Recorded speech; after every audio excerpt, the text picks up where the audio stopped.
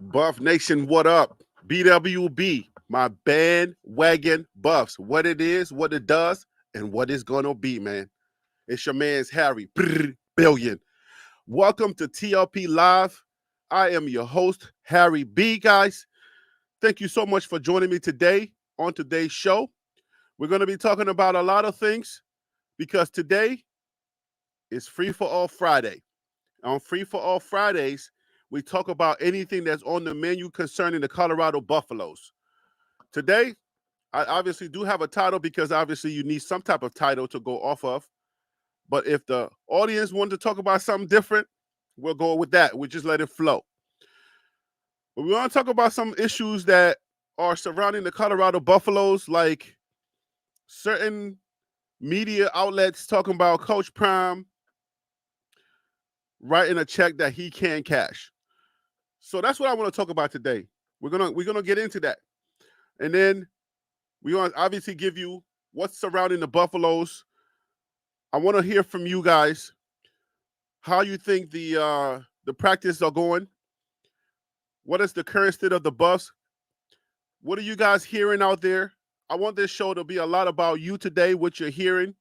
What are the sentiments out there in the corners that you live in?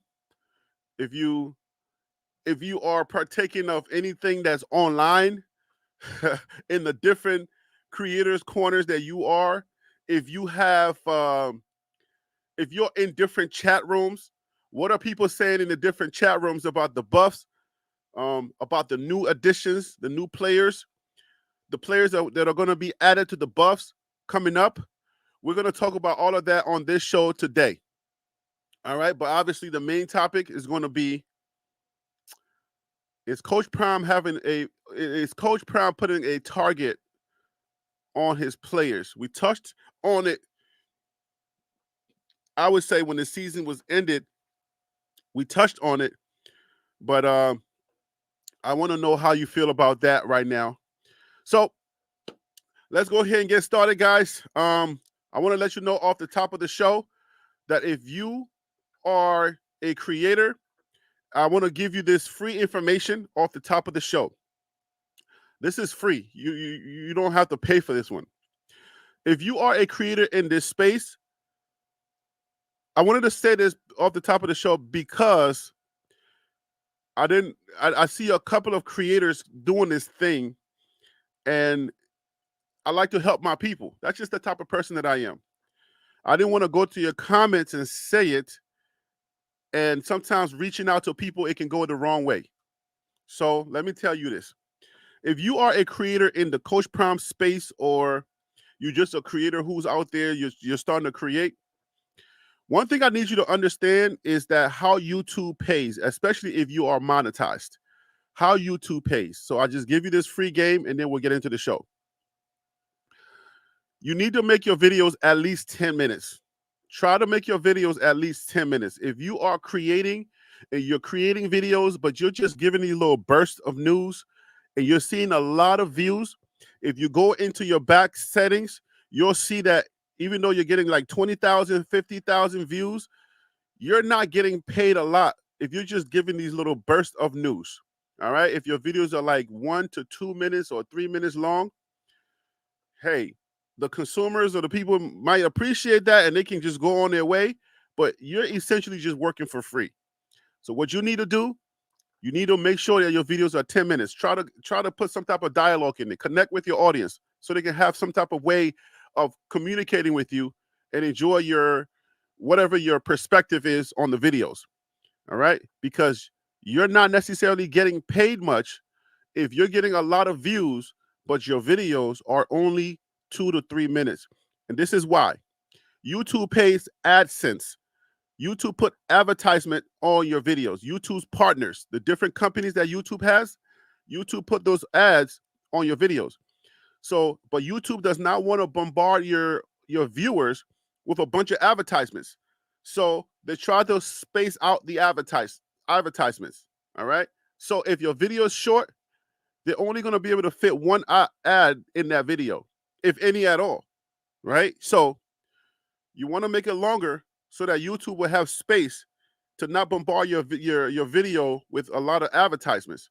So if you make it 10 minutes, they'll put one ad within the first 5 minutes, and then within the next 5 minutes, they'll put another ad, which in turn will get you paid.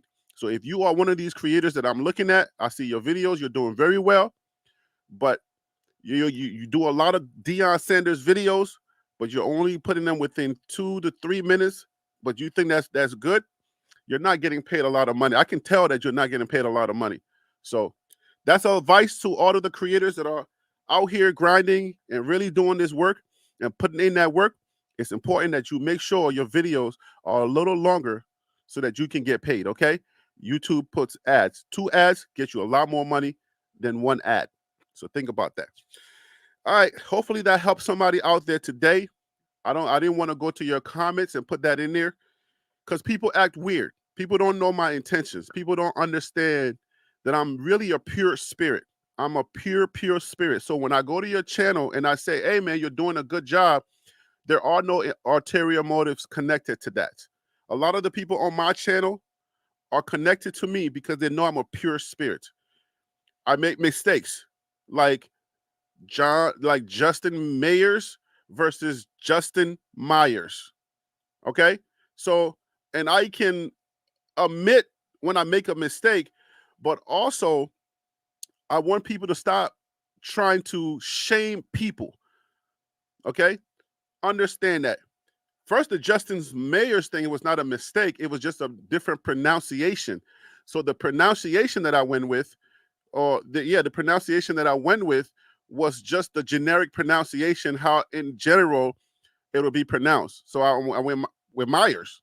But he prefers, or his parent called him, or their family use Myers. And that's why it's respectful. Now, once I learned that as a reporter, then I say Myers because obviously, or Mayers, I'm sorry. I used to say Myers, then I say Mayers because that's what they prefer, and that's how he uses his names in pronunciation. So I want everybody to understand that, get that clear off the top, and then we can move on.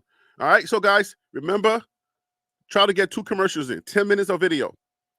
And with that being said, that's what I am. So if I give you information, if I try to be a pure spirit, people don't understand. People think that I have some type of ulterior motives when I go on their channel or when I try to big you up. People think I'm there for something, and then the relationship turns sour for some odd reason. They don't know why I'm doing it. But I don't got to be out here being, you know what I'm saying? I'm not a hurt person. You know what I'm saying? Whatever hurts I had in my life, I've dealt with it, or I'm dealing with it on a spiritual level. The Holy Spirit, my God, my Savior, Jesus Christ, is helping me to deal with my hurt. But a lot of y'all are not dealing with your hurt online. You rather just throw your hurt on either me, other creators, or somebody else. So you're expressing your hurt. You're putting your hurt onto a lot of people, and you don't know how to express that. So you're just kind of throwing it out there. And I can tell because hurt people, if you understand what I'm saying. So stop hurting people. Deal with your internal pains that you're dealing with. Nasty comments, all of those things. When you see a video that you don't like, I say something about Deion Sanders, you don't like that, deal with that hurt and that pain that you're dealing with. You don't have to say nothing, but obviously you feel like it makes you feel better to say something, and that's a lot of pain that you're dealing with, and I'd rather you deal with that pain. Sometimes I don't want to respond, but sometimes it's necessary that I respond to help you to understand that I'm human, and the demon that you're dealing with and that pain that you're dealing with, somebody got to speak truth to that pain that you're dealing with so that you will know how to deal with that pain correctly. That's why I respond to a lot of the people that come on my channel with hate. Sometimes you just got to respond and let them know, hey man, you're dealing with hurt, you're dealing with pain. Stop dealing with that pain and deal with it. Stop putting that pain on other people and start dealing with it. Y'all ready? All right, guys. So let's go. Let's go. We're all Harold Mitchell. We're all misguided. Just so you understand, we are all misguided in something. It's not just me, but I can admit it. That's the good thing about how I deal with my pain and my shortcomings. I'm mature enough to admit when I'm hurt, and I'm mature enough to admit that I don't know everything. Some people don't want to deal with that. They don't know how to handle that. That's why I'm able to call myself a bandwagon buff without, you can't shame me. So it's hard to really shame me and get to me, because how can you throw water at oil? It's like, I'm oil. I'm oil because I accept it. I know I'm flawed. It's the people that don't really understand that they're flawed, that they're trying to hide something like they're perfect. I am not perfect by any means. So I'm flawed. I'm beautifully flawed. I'm a flawed Liberian. Let's go. All right, guys. So remember, we've started the show today right now. It's supposed to be an hour show. It's already 14 minutes in, but right here, join tlpsports@gmail.com is the email for you to call in. Now that all the sobby stuff is out of the way, you send me an email. I send you a link. You call into the show. We discuss whatever is on the panel or whatever you want to bring up to discuss, because it's free for all Friday. Something you talked about in a different chat room about the Buffs, you want to talk about it, come and join the show. Let's talk about it. Something's bothering you. Let's talk about it on the show today about the Buffs. Something you're seeing, something that you're hearing. You got stuck in the chat room and you just didn't have an opportunity to just get it out. When you say it, it hits a little different. So join tlpsports@gmail.com. Email me and come on the show, and let's talk about those situations. Okay? So here we go, guys. The topic of the show is, we're talking about the fact that there's actually a writer. I got this from another creator. There's a writer that sent out some stuff and basically said that Coach Prime is writing a check that his team ain't going to be able to cash. Not sure if you guys remember that we dealt with this topic. We talked about this, and some people on the panel came out, and we all went into it and we talked about it. And we talked about Coach Prime's rhetoric, his rhetoric, what the players' abilities were, and versus what he was putting out into the media. So now the idea is that we got some new players, and according to Coach Prime, in his words, that the O-line is probably going to be all new. The defensive line is going to add a whole lot of new players, so a lot of them are going to be new as well. So we're getting a new O-line and a new D-line. Now, in his first address, he said certain things like, yeah, we gotta the young men that are here on this team, we got a really good bunch and we can win with it. And he wanted to win. He had good intentions, and he's a natural motivator, so he puts those things out. That's what he's supposed to do as a coach. But sometimes the salesman kind of goes out there and he's, you know what I'm saying, because he's so confident, and he just has this good person thing about him. Coach Prime is playful as well. You see that from the interactions with his children. He's playful, he's jovial as well.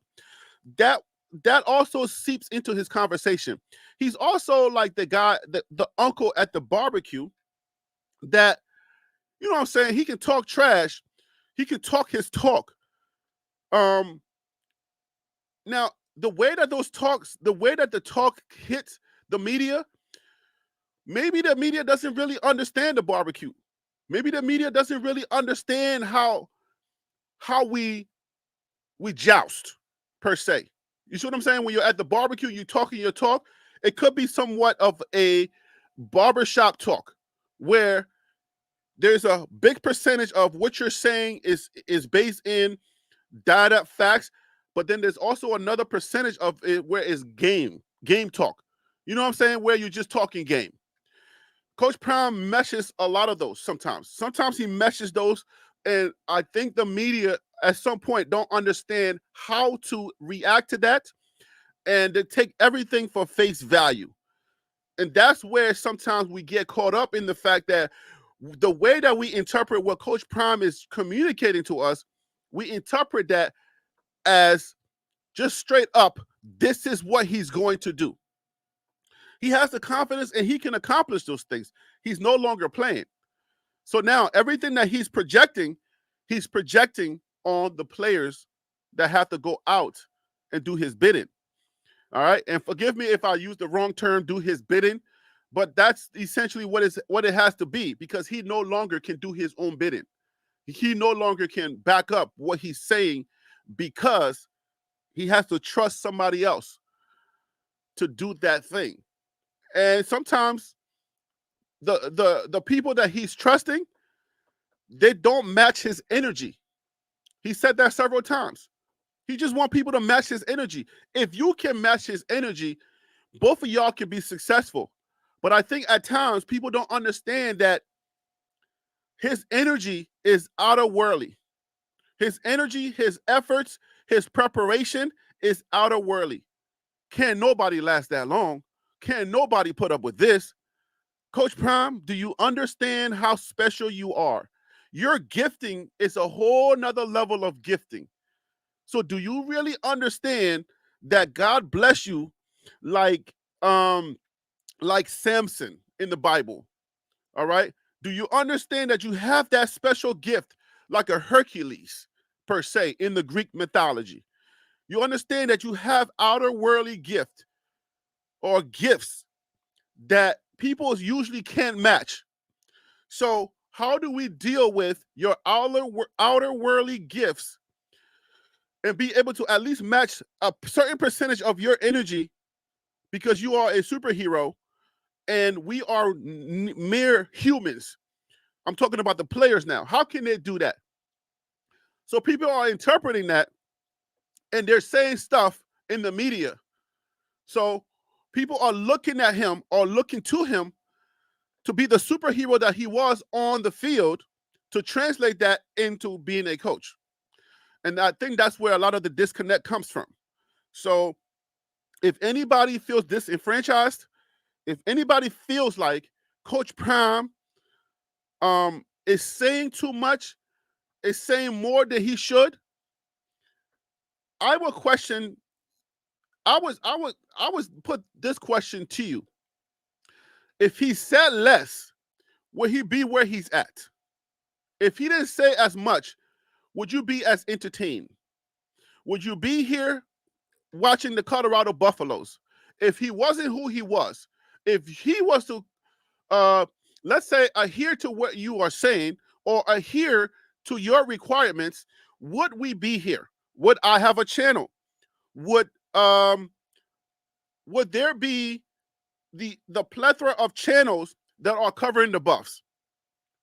Okay, so we are caught in a conundrum. We're caught in a coinkydink. Okay, a catch-25, catch-28, let alone a 22. Like we're trapped. We're trapped in a web of greatness and expectations. So the person at the helm is Coach Prime. We are enamored with him. We're not worshipers of him. We're admirers for the most part. Whether you're a detractor or you're not a detractor, we're all admirers. From a distance, real close, however you want to call it. But we like Coach Prime to a certain extent. We want him to succeed. We want him to accomplish the goals that he has. Some of us internally, if he was to accomplish it, we would feel like, wow, I feel like I'm part of this journey, and I feel like I accomplished too what he accomplished. So that's where we at. So why are people saying that he's writing a check that they can't cash? What that means is that the players that he's got are not up to par with the other players that are in the Big 12. I thought I've done a pretty good job with accepting people to come on the show for us to talk about the players in great extent with our limited knowledges, with our limited knowledge, right? We're not sports experts, but some of us, we've been watching football for so long, we can give you the nitty gritty on certain things. So, and then a lot of us know the Big 12. Some of us know the Big 12. Some of us know Pac 12. Some of us been around for long enough to be able to give you some type of insight. So we've been talking about the players, and then I've been doing the research videos to give you more insight about the quarterbacks, the coaches, everything else in between, which is still coming. And when we give you the analysis, it's to let you know, hey, this is what the other team has, and this is what Colorado is obtaining, or this is what we had, and this is what we're getting, we're adding. So that's what I want to talk about. Where are we when it comes to evaluating Coach Prime's Coach Prime's players versus the other players? If a young man has 40 solo tackles and we're playing another young man lining up against him that has 40 solo tackles, why is it that when we say Coach Prime is going to win, you say there's no way? Is this going to be based in the historical data that this team won before? Are you looking at 2022 Alabama? Are you looking at the historical data based on the players that used to be on the team or how much they won before? Or are you looking at their current situation and saying, okay, let's compare who they got versus who Coach Prime got, regardless of their regardless of their history, and see how we can tell you whether Coach Prime is going to win or not.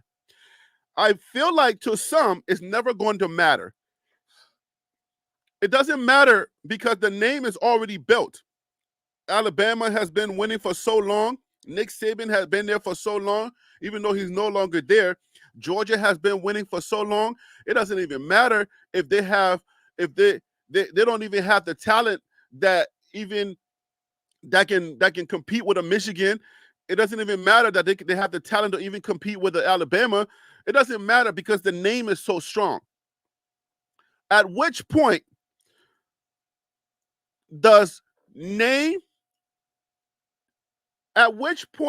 talent trump name?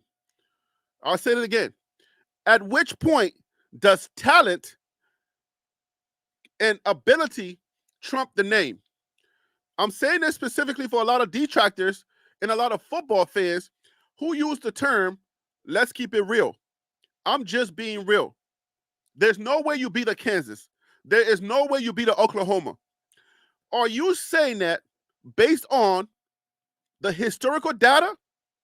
Because Alabama for years have had a good team, or for history, Georgia has had a good team, or the Oklahoma States, or the Kansas States, or the Kansas teams.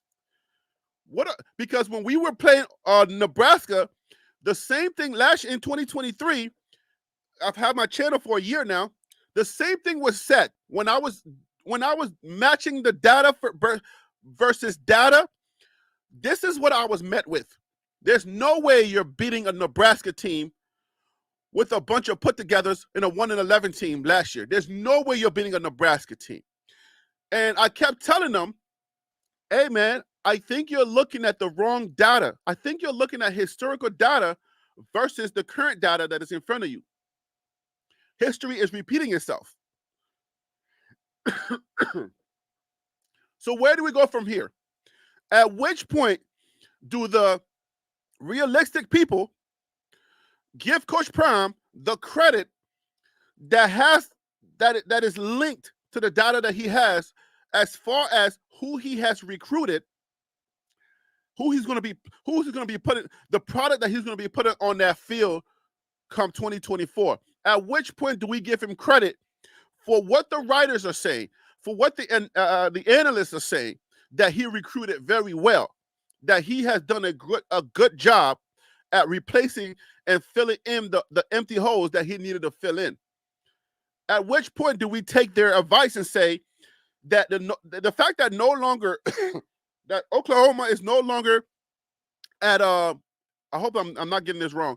that Oklahoma is no longer in the Big 12, and Texas is no longer in the Big 12. The Big 12 is wide open. This is a consensus. This is what everyone has said, that the Big 12 is wide open. At which point do we believe them? It's hard to believe because we have a disconnect with, excuse me, guys, I'm choking up here.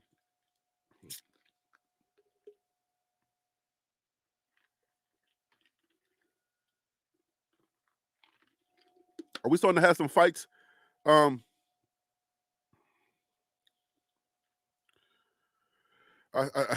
you guys starting to have some fights in the comments there? Fool, Viral Authority said, "Fool, you don't have 2 million. Shut up." Who you fighting with, man? Viral Authority already? Who's irritating you? Man, KMS, what's up, man? I didn't even say hi to y'all, did I? No, I didn't say hi to y'all today. Feel So Real, what's up? Shiloh the God, what up? Yardman is back. Yardman's been hiding for a minute. No, actually, Yardman's been around. KMS, what's up, man? Lord, bless me. I've been going in my dialogue. I was ready for today's show, but let me see. DC Carson Music, you're here. Thank you. I'm listening. I hope you are. Harold Mitchell, what's up? Tim from Dallas. My Dallas brother. I already said Viral 30. Who else is here? What's up, y'all? Hope all is well. All right.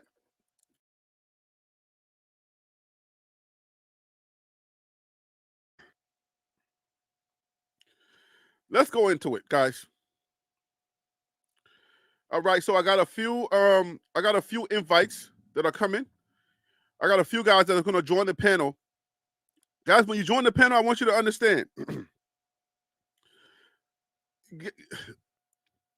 Let's talk about it, because I feel like Coach Prime is not getting a fair shake once again. And I really want to dig deep into when is it that Coach Prime is going to be considered football? Because right now, Coach Prime is not considered football. In the general consensus, people are just like, they're not taking this seriously. And I'm ready for y'all to take this seriously. And if I'm off base, then let me know. Because even though the haters are out there, it doesn't mean that what I'm sensing is correct. I could be sensing the wrong thing. But y'all let me know. Y'all let me know if Mr. James, what's up? William Barry, how you doing?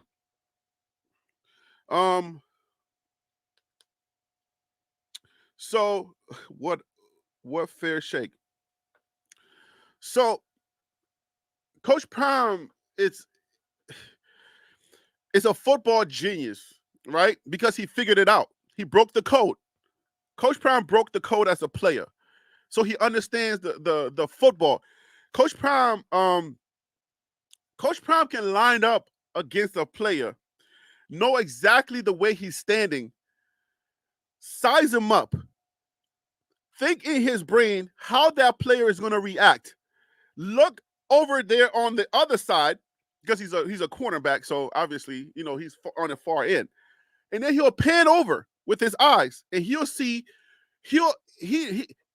his abilities, knows how to calculate everything that's going on within seconds, and say, okay, I got you, I'm ready, let's go.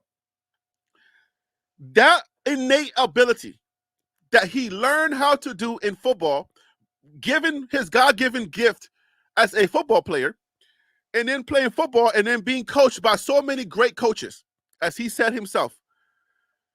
He learned football so well that he's one of the best at it. And then he carried it over into coaching. Now, at the coaching level, people feel like he don't know football. People don't understand. They don't know how to connect the dots. I concede to the fact that because you were good at the game, it doesn't always translate to coaching. In this case, it has. So that's what I want to really tackle, because I'm like, wait a minute. In this case, it really has. It has translated into coaching. And this guy knows football. So why can we not? Why do I have this feeling that when it comes to the team that I support and the coach that I support, that the football world doesn't take it seriously? That's where I'm at with it. I feel some kind of way. I don't know. I do know why I feel the way that I feel. It's because the conversations that I engage in, and the people that I'm engaging with that conversation, they come across as these these knowledgeable football people. But when we have the conversation, they don't know how to apply the knowledge that Coach Prime has in coaching and in football. Like, oftentimes you will hear he doesn't know X's and O's. And I'm like, make it make sense to me. Because if he doesn't know X's and O's, then how can you claim to be a football person, not ever playing the sports, or you played it and you never came as close as he has? You claim to be a football person. And I'm going to repeat this so that I can make this point clear. You claim to know football because you played the game at the D1 level or the D2 level, or you play in high school some way, some shape or form. You played the game before. You come on these platforms and you say, have you ever played the game? You ask these questions. Have you ever played the game? Followed by laughing and clown emojis. Based on your silence or based on your answer, I know that you never played the game. Okay, fair. That's to insinuate to us or to me that you have played the game. So because you play the game, you know football. All right. With that on the table, I submit to you that if you can have a conversation and then say out of your mouth or say out of your Twitter fingers that Coach Prime doesn't know football, then I submit to you that you, my friend, don't know football. That's plausible. Why? Because he did it better than you. Because you didn't go anywhere with it, we don't know your name. You did not excel at the level that he excelled in high school, college, and the professionals. You didn't get to the level that he got to. He's known in the football world as a player, as one of the greatest, if not the greatest football player ever lived. But you claim on the internet that you know football better than me, better than everybody else that followed the Colorado Buffaloes. You claim to know that. And then at the same time, you can speak out of your mouth or out of your typing and say that Coach Prime does not know X's and O's. I'm not one to use foul language, but you're full of crap. You are full of crap, because how can you claim to know football and then say the one that played the game, that played it for centuries, that played it for 14 years, doesn't know X's and O's? Make it make sense to me. I want it to make sense. Make it make sense to me. Because then you confuse me. Because I'm not a learned man like that. My education is limited. But I got godly wisdom. Thank God for wisdom. Because I'm not that smart. I come across maybe a little astute and knowledgeable, and it's because of God's grace and his mercy. He gave me a little, because my brain is not up to par. So thank God for his internal mercy and wisdom that he gave me. He said, Harry B., boy, those books, you ain't the one. I said, thank you, Lord, for wisdom. So now when I apply my wisdom, I say, well, you know, God, I don't know book that well, but I do know humanly wisdom. I do know stuff that makes sense. Just common stuff. I'm like, okay, Coach Prime played at the best. He's one of the best. This guy claims to know football, but he said Coach Prime doesn't know X's and O's. I said, God, I said, God, are they stupid, or am I stupid? Am I still stupid? Is that book or is that regular stuff? God's like, no, that's regular stuff. That's just common wisdom, common knowledge. Oh, okay, so they're stupid then. Oh, don't call anybody stupid. Oh, I'm sorry, God. I repent. Please forgive me, Lord.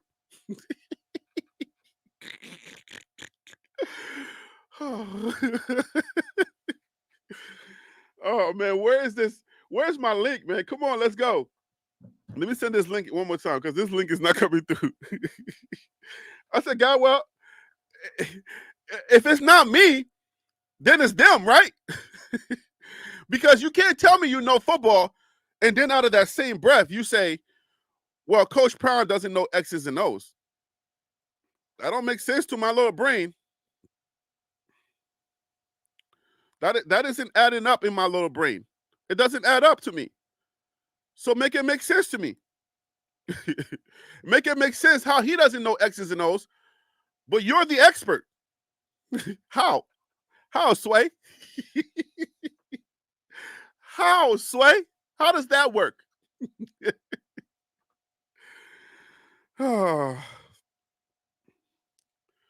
Guys, I'm so sorry that my link is not up here yet. I'm trying to get the link so that I can send you guys the link. I know you're trying to join the show.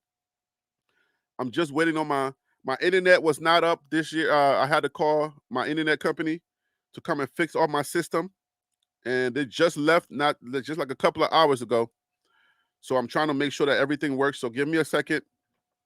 Things may be backed up. So I apologize.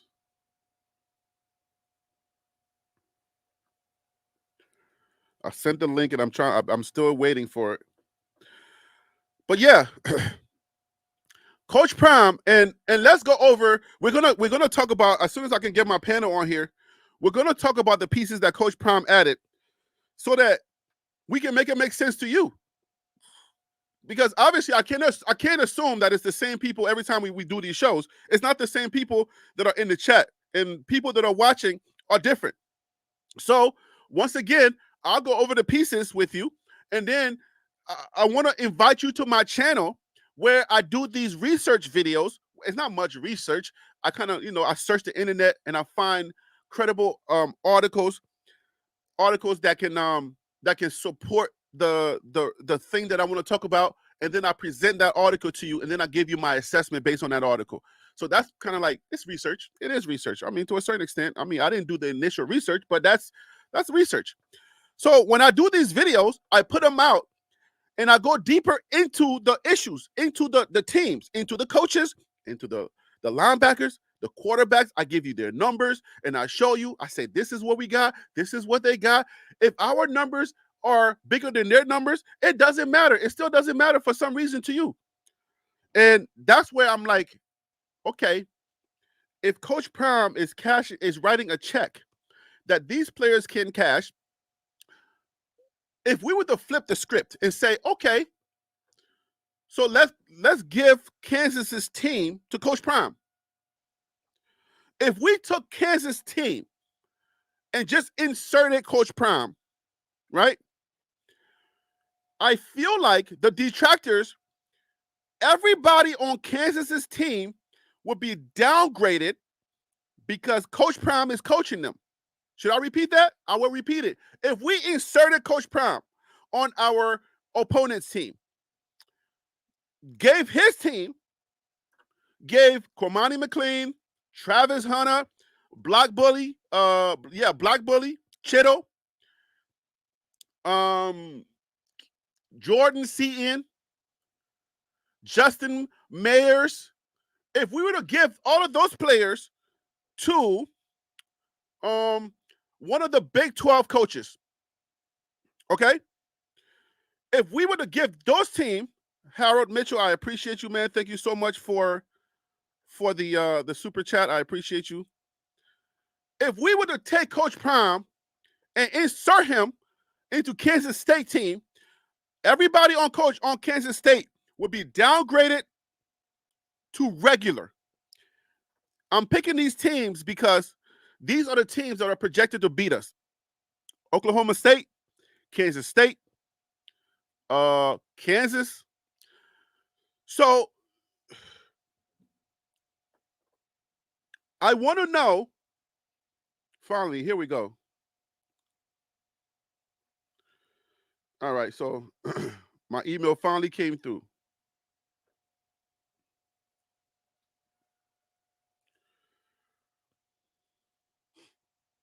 All right, guys, so here we go. I'm bringing on my panel. I'm doing a lot of talking today, and for the most part, my panel, I want to share the responsibility amongst all of us, because I'm just one voice, but hearing from other voices.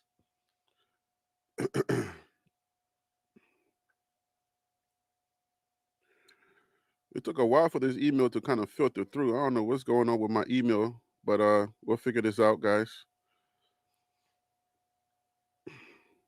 And I want to thank everybody that's joining the show. I don't know if in the beginning of the show, if you just joined it, in the beginning of the show, I said I'm a pure spirit. When I say thank you, it should hit different because I mean it.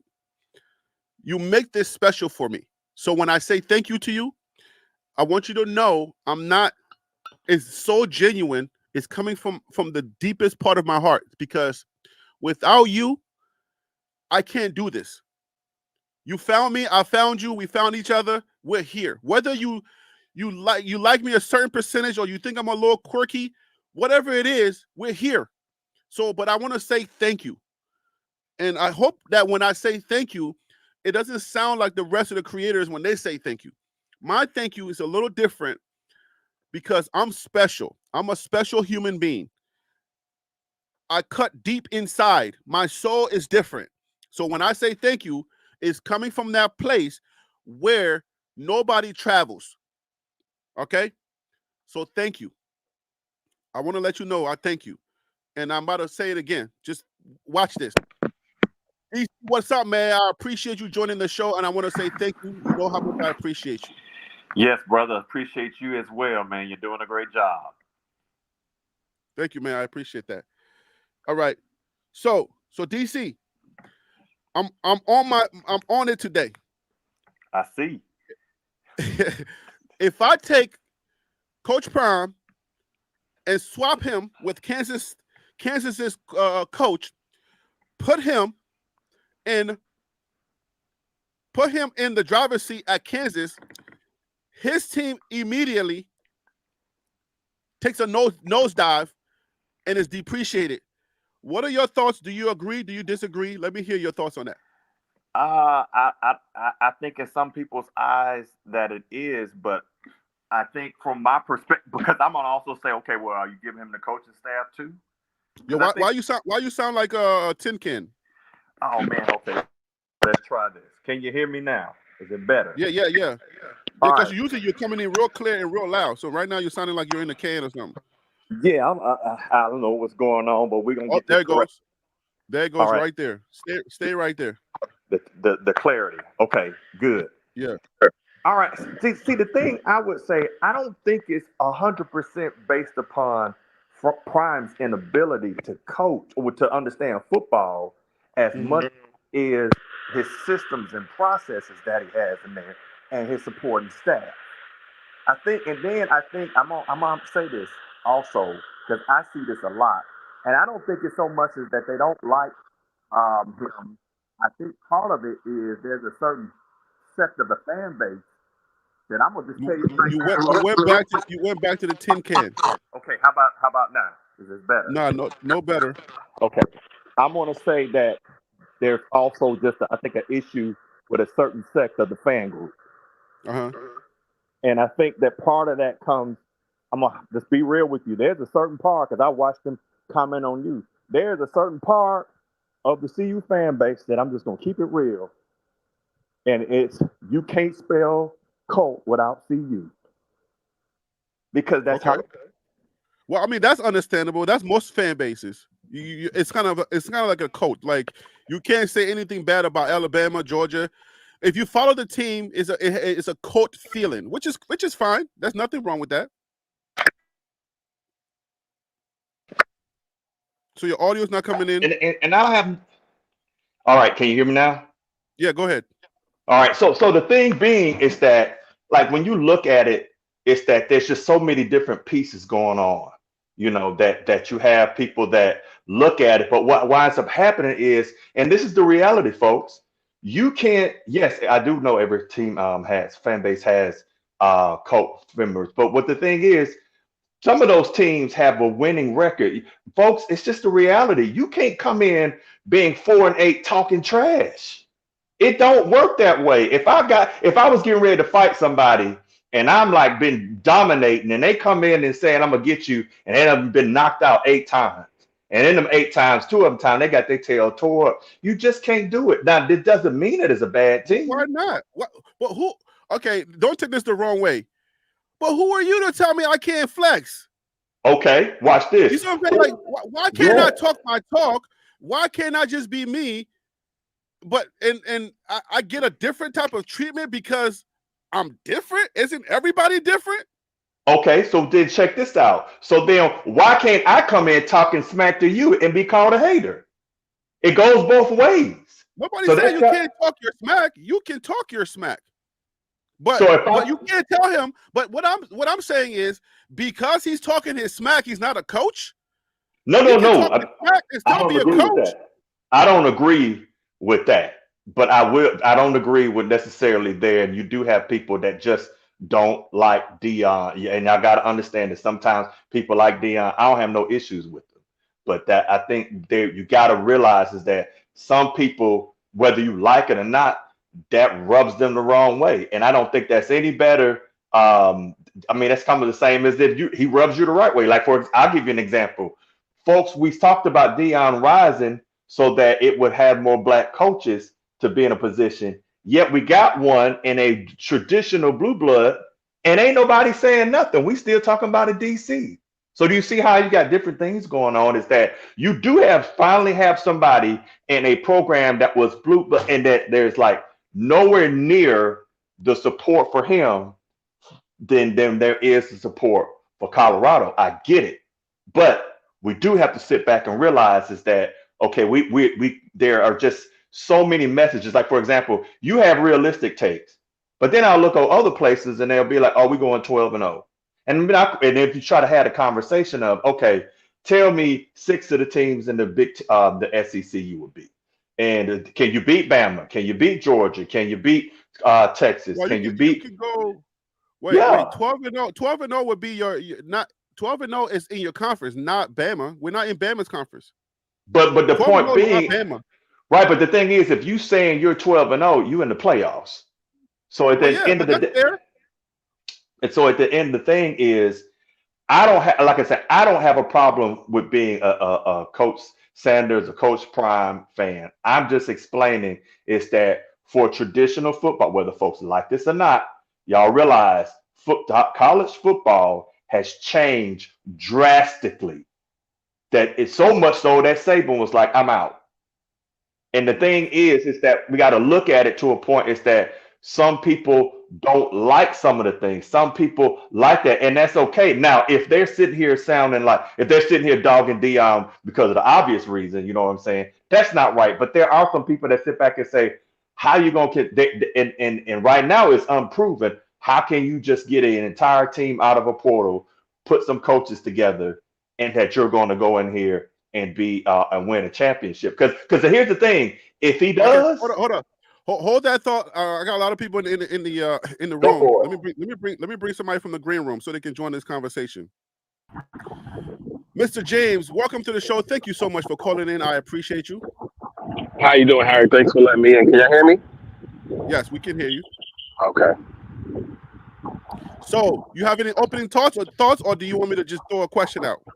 Well, I'll go off of what DC said. I think this is a twofold conversation. There's a conversation about traditionalists in college football who there's a certain way that things are done, and Deion is doing it a totally different way, and a lot of people are upset about that because if the way he does it works, it's going to cause a whole change. But then there's a conversation with, I think DC comes from where he is watching fans make these wild proclamations that, hey, they're going to be 12-0. Nobody really thinks that they're going to be 12-0. We know that. We know that. At the best we can hope for is maybe 8, maybe 10-2. I think that's when we get the things conflated. We got people being mad at the fan base and then taking an attack on Colorado. But I also think there's a part of the thing where a lot of people don't respect Deion as a coach and they just don't want to say it. That's where I'm at with it. And hold that thought. And let me bring on Tim. Tim, thank you for calling to the show, man. I appreciate you always. Are you there, Tim? All right, so Tim's going to come on in a second. Let's give it a second. All right, Buff Dynasty, thank you for calling to the show, man. I appreciate you calling in again.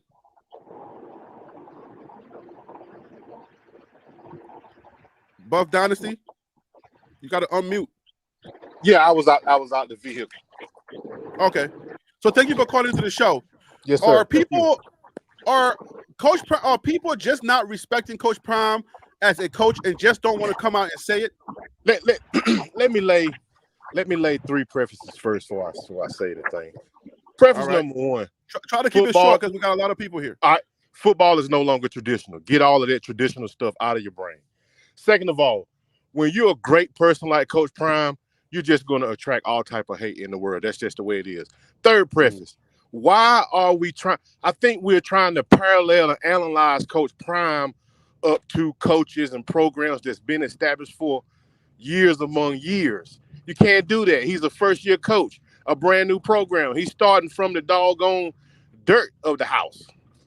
You understand what I'm saying? So I think we're being too critical. We're being too critical. Too critical. You know, it's too critical. You gotta lighten up a little bit and give things a little bit of time. I say, I'm looking at it from this lens right now. I have many lenses, so forgive me. You take Coach Prime and you insert him into Kansas's team. All of a sudden, Kansas's team gets degraded. Can you speak on that for a second? If you insert him on Kansas's squad, we got the big already right? Built, and a squad that already has foundation, I don't think they lose anything. I think they go higher. No, listen. This is how people like to think about these things. And I'm laying this out in a sense because for some reason, I'm not sure if you guys saw the article that the writer wrote where he says that Coach Prime is writing checks that they can't cash. But I look at it where I started off the show by saying, you guys, listen, a lot of people like to say that Coach Prime doesn't know X's and O's. And I said, wait, in my limited brain, I'm trying to figure out how this makes sense that he doesn't know X's and O's. So, and then who just said that some people just don't like him as a coach. We got North Dakota State, which we are expected to beat. But Kansas, Oklahoma State, Texas Tech, we are not expected to beat. So I say this because this is how people think. Coach Prime has gotten several pieces. Jordan Seaton, number 1. Travis Hunter, number 1. Kwamani McLean, number 1. We got Justin Myers, who's highly rated. We got Chittle, the block bully, highly rated. But it doesn't matter to some. If you were to take Coach Prime and insert him into Texas Tech, who is expected to beat us this year, Texas Tech, the way I look at it, the way that they evaluate things, Texas Tech would automatically degrade or decrease in talent. Do you agree or do you not agree? Or how do you see that? I disagree, man. Okay. All right. Let me bring on Phil. I get that. Phil, thank you for calling to the show. I appreciate you. You know, I always appreciate you, man. Thank you so much for calling in. Hey man, all love. Happy Friday, happy Friday, happy Friday. Listen, Happy if you Friday, ain't brother. running with Ralphie, you getting ran over. Skull Buffs, it's black and gold all day over here, baby. Let's go. Let's go. So take that question. I want you to take that question I just put out. Take that question. You take Coach Prime, you put him on Texas Tech's team, keeping everything else as is, right? Mm-hmm. I believe, according to the detractors, Texas Tech gets degraded right away. What are your thoughts? So as far as detractors, yeah, I think the detractors are definitely going to say that those teams are not going to be as good. But here's the thing: that's their job. That's what they're supposed to do, right? I think a lot of these teams though are built specifically for that coach. So you know, it's kind of comparing apples to oranges because Deion is built Colorado the way he wants that team to be built. So it's really hard to say how good a team could be if you just put him on as the head coach for that team. But of course they're gonna say they're not as good, but the proof is gonna be in the pudding when it gets on the field. Well, here's why I'm asking, guys. Okay, and I'm gonna bring Tim on to take this if he's ready. So Tim, get ready. I'm coming to you. Here's why I'm saying this. It's not more so. It's not really about the personal thing about the team. It's the fact that we're saying, based on analysis, that Texas Tech has more talent than Colorado has talent. So, but the second that we take Coach Prime and put him and insert him into Texas Tech automatically degrades in talent. Tim, I hope you are ready for this. What do you think? What are your thoughts? Hey, I agree with you 100%, Harry. If he go over to Texas Tech, if he go over to Kansas, they're going to degrade him. And they're going to base, I don't care if he went to Alabama. And only thing they're going to base him off of is what he. Oh, man, your audio is jumping. Harry, can I jump in? Yes, Tim, when you get it back, let me know. Go ahead, please. We can use this as an example. We have seen that the recruits have said it, and we've seen recruits that have committed to Colorado, and they were a 5-star, like Jordan Seaton. But then when he committed to Colorado, he's a 4-star. Adam Butler said he decommitted because the stars went down, and his NIL went down because the stars went down. And then when he decommitted, his stars went back up. We see that that's what the media and the people that are in power are doing to the kids when they commit to Colorado. So you said Butler stars went back up when he decommitted?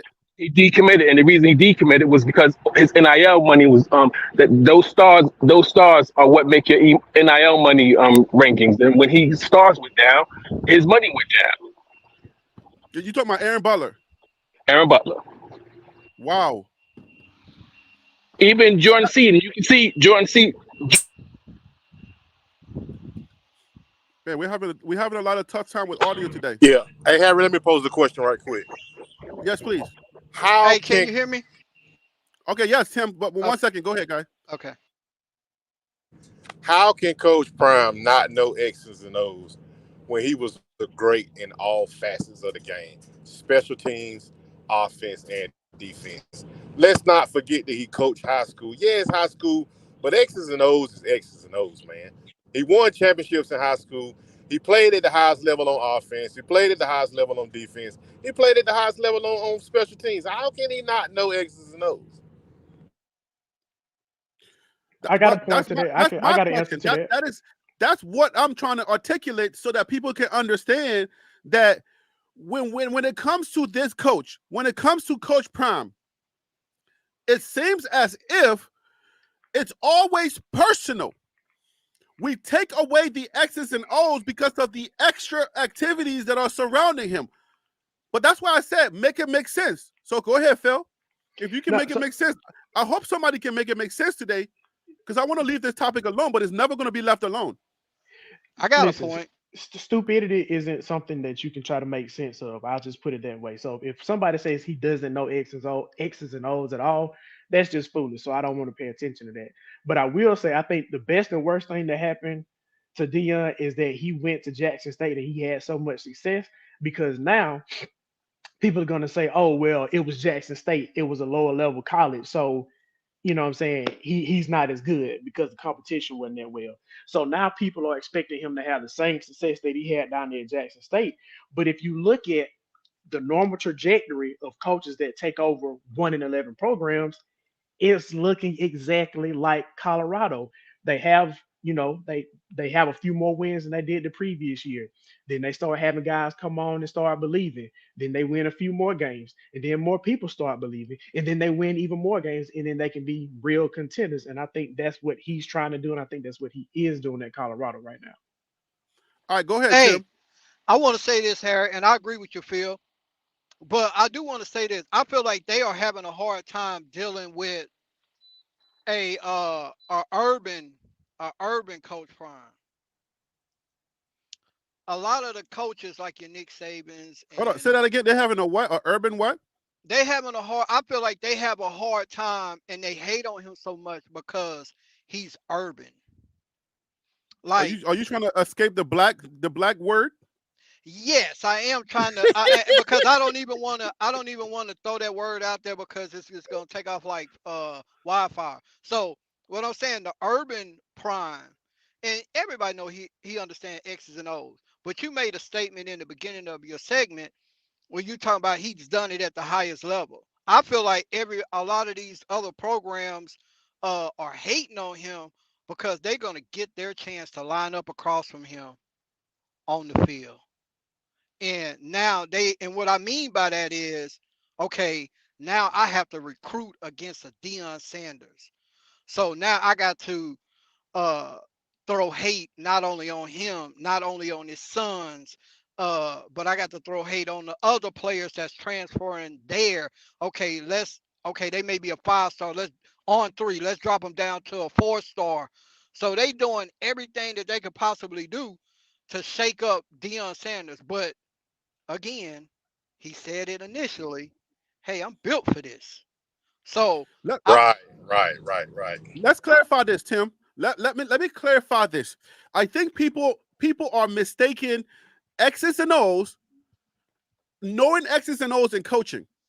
Let me make y'all understand something about X's and O's, understanding, knowing X's and O's, and coaching.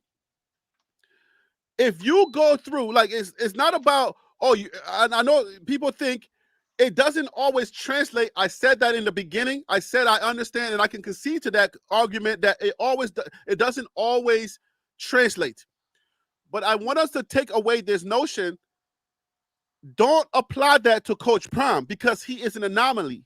He's a little different from all of the Hall of Famers that have tried it, or all of the players that have tried it. mm-hmm, It has translated for him. mm-hmm. So we can't use that argument for him, for Coach Prime. When we say translation, we can't use that for him. You got to remember his son played in Texas, Mm-hmm. and he was the offensive coordinator, Mm-hmm. and they won 3 championships. Mm-hmm.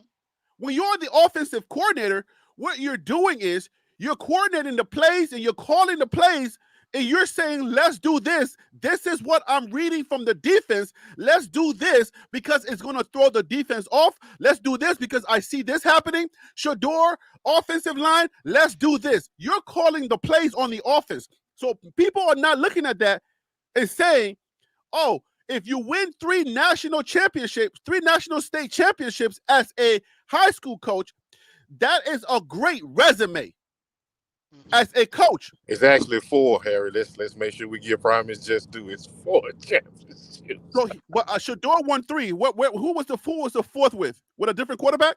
I think they won 4, if I'm not mistaken. Well, I know that they won 3 with Shador. They won 3. I know for sure they won 3. That's what my research says. Okay, so maybe 3 then.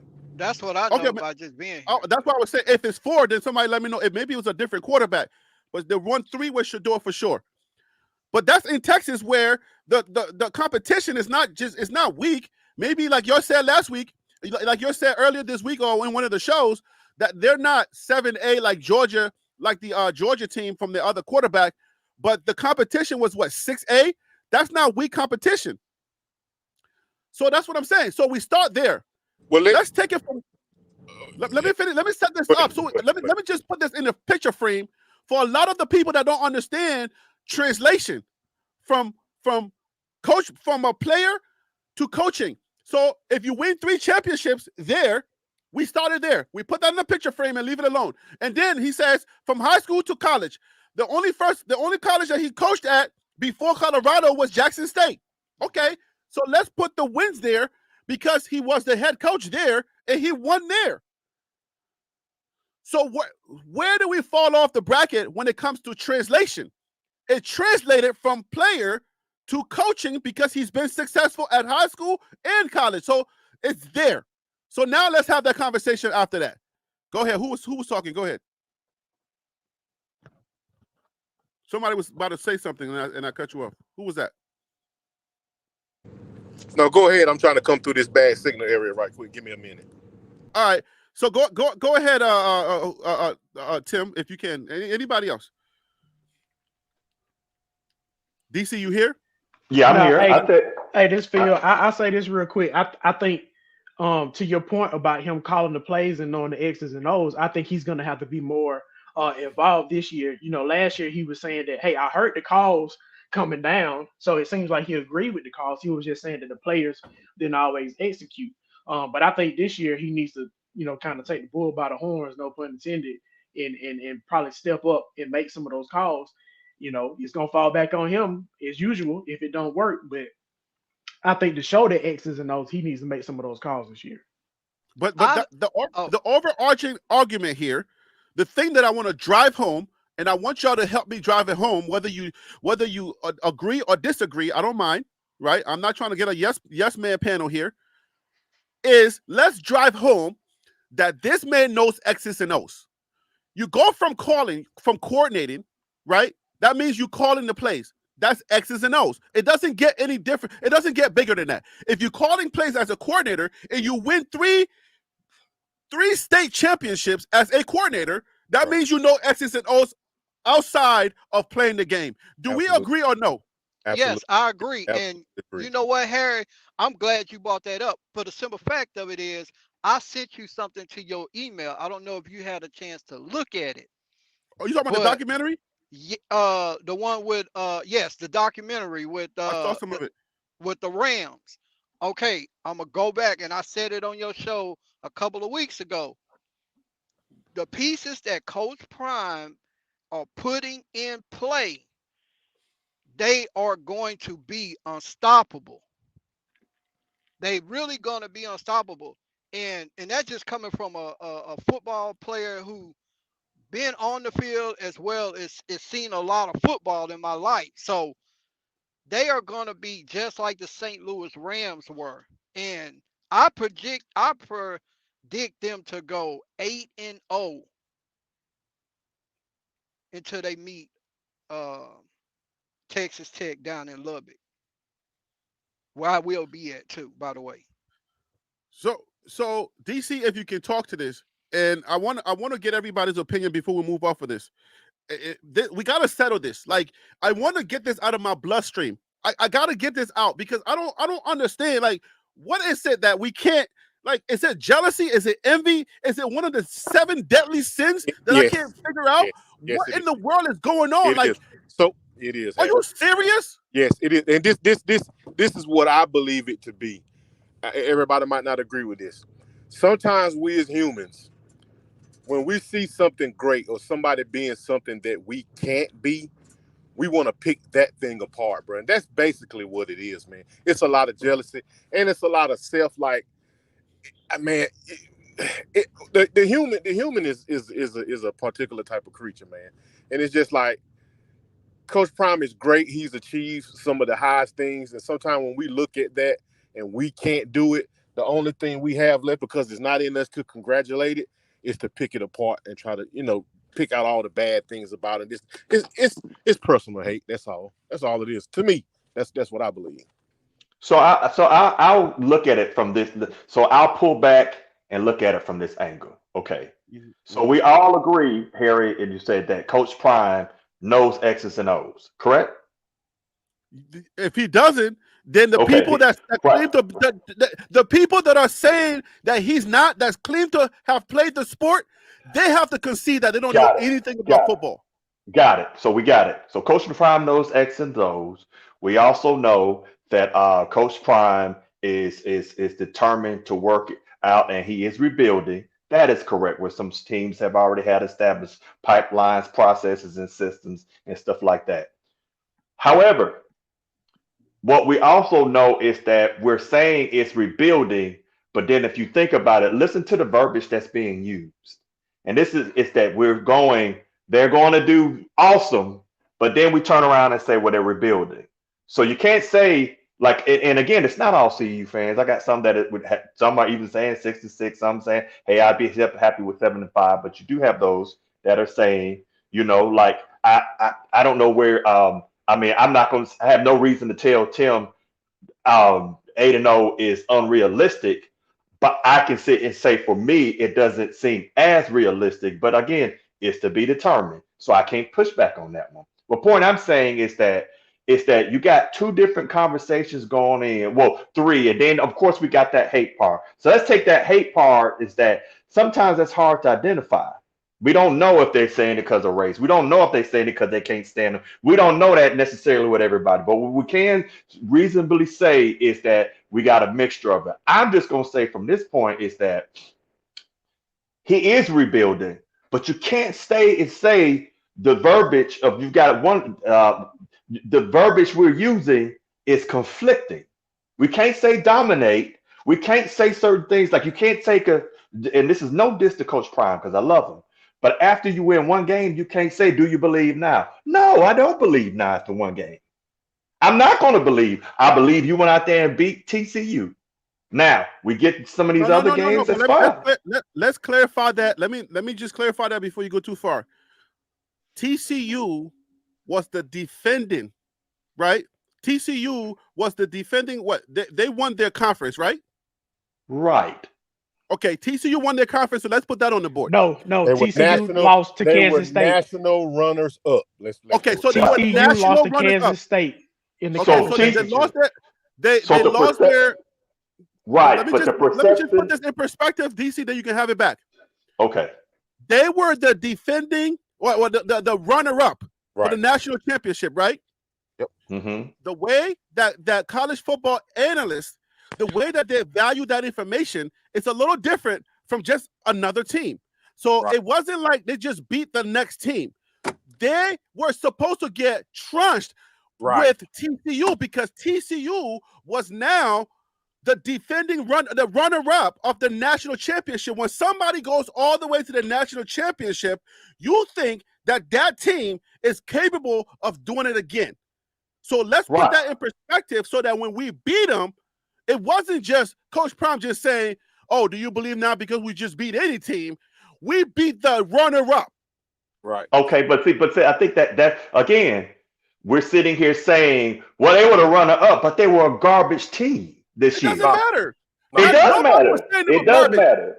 It does matter. Nobody in the media. The runner-up is the runner-up. Because well, think about this. But think about this. This is because it's almost like the same. Now we're going. All right. So that was so. It. Do you see that? You can't have it both ways. But you can't have it either. But you can't have it either. Because you say, because Colorado says, well, we took a 1-11 team. He got a 4-8 team. Well, it wasn't the same team. But then over here, we're gonna sit here and say, do you see how? I'm not arguing your point that we can't do it that way. I agree with you. I'm just simply saying is, do you see how the conversation switched to fit a narrative on a hate side, but then also that we love him? We're changing and we're saying two different things. I think that he needs. Go ahead. A national runner-up is a national runner-up. It's the same national runner-up that we had a 21-point underdog. It's that same national runner-up. It does not change because we beat them. Oh, now they wasn't that good. They lost this person. They lost that person. No, it's a national runner-up where we were supposed to be beat by 21 points. Let me turn my head back around. But the team, TCU wasn't as good this year, though. Because there's a difference between because I'm going to tell you like this. There's a difference between how Vivica Fox looked in Independence Day and how she looked now. DC. You can't say they're the same people. They're the same person, but they don't look the same. Hey, let's not step on each other's audio. Let me choose. Let me choose the people that. If somebody's talking, let's let them finish their thought, and then we'll come in so that we don't step on each other's audio because the playback is a beast. If you listen to that, us talking over each other. But DC, I get your point. I understand what you're saying, but I want you to understand this point. What Buff Dynasty just said. Please understand this point. It would have been fair, and I would have accepted it if everybody in the preseason would have recognized that Max Duggan was no longer there. It was going to be Chandler Morris, okay?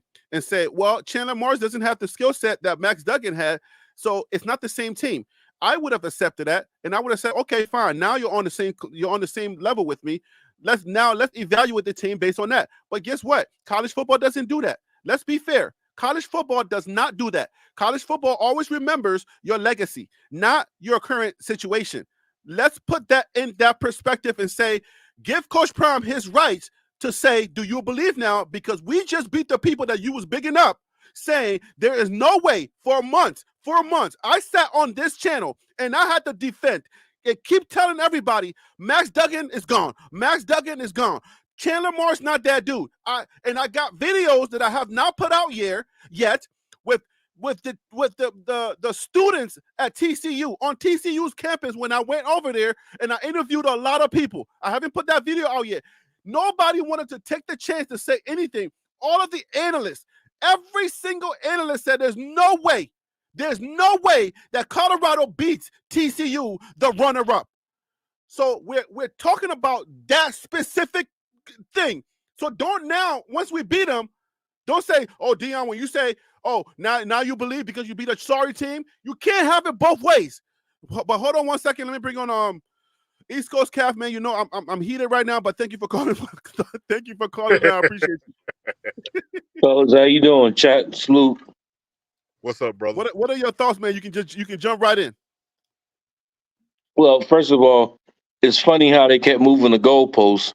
First, they were 20-point underdogs. Then when they won, now all of a sudden, well, they weren't that great of a team anyway. They lost a lot of players, but you didn't say that the week prior when you had them losing by 20 points. Would it be, what I want to ask you is, would it have been better if they would have just said, you know what, we're not going to put you up against TCU. We're going to put you up against who TCU lost to. We're going to put you up against Georgia. What would have been the story then if Colorado would have beat Georgia instead?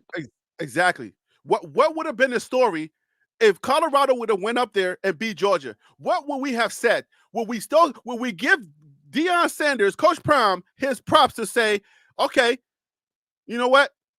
We think he's special. We would never give Coach Prime. We can take daggone Coach Prime and put him in Georgia's team, and automatically they're going to be degraded. They're going to be downgraded. That's what I'm on right now. That's what I'm talking about. I'm saying let's give this guy his football acromens. Okay? Acromens. Let's just give him that, and then we can move on from there. That's where I'm at. Jay Brown, welcome to the show, man. Thank you so much for calling in. I appreciate you. Are you there, Jay Brown? All right, DC, while we wait for Jay Brown, go ahead and defend yourself.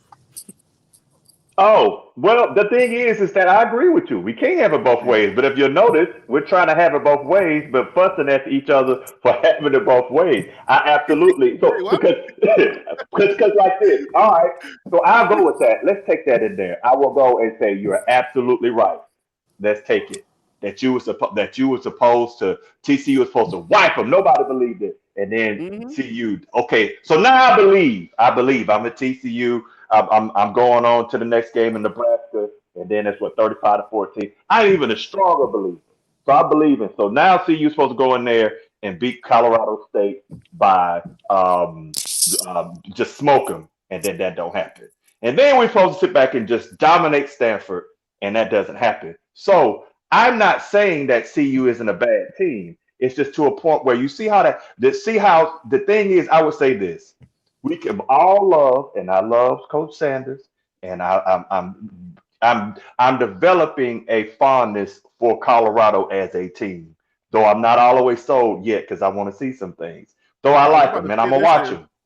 I like them. I watch it. But one thing I'm gonna say is then and yield is that the thing is that if no people should not be hating on Coach Prime at this point. I agree, it's rebuilding, but you also got to understand why some people are not going to be believers. You still at this point can't go, do you believe? No, I don't. I'm watching though. I have no reason to disbelieve. I just haven't seen enough to firmly believe this is going to be what you're trying to say it's going to be. If you sit here and tell me it's going to be a 6-6 team, I can say, okay, I can see that. If you sit here and tell me it's going to be an 8-4, I'm going, If you start saying 10-2 and above that, I'm going to go, all right, other than Shedeur. And then I'm really going to sit back and say it's that as a rebuilding team. Where are you in 2025? But that's a different discussion. So basically, you just want him to lower Yo, his yeah, hear me? That's what I'm hearing. Jay Brown, go ahead, man. We can hear you. Okay. I'll be right back. Sorry. All right, sir. All right, go ahead, Jay Brown. Are you there? All right, Jay Brown, your audio went again. I want you to chime in here, Phil. Yeah, I was just about to say I want to jump in on this real quick. I think, excuse me, I think two things can be true. I think Colorado was an underdog going into that TCU game, and they were able to win. And we can also look at TCU and say they were a shell of the team that they had last year, and that's okay. When you start off the season and they make their projections, they have no idea what the team is going to actually look like. That's the whole point in playing the games. And I think it's a So then fair why say statement. Colorado's going to be trash if you don't know?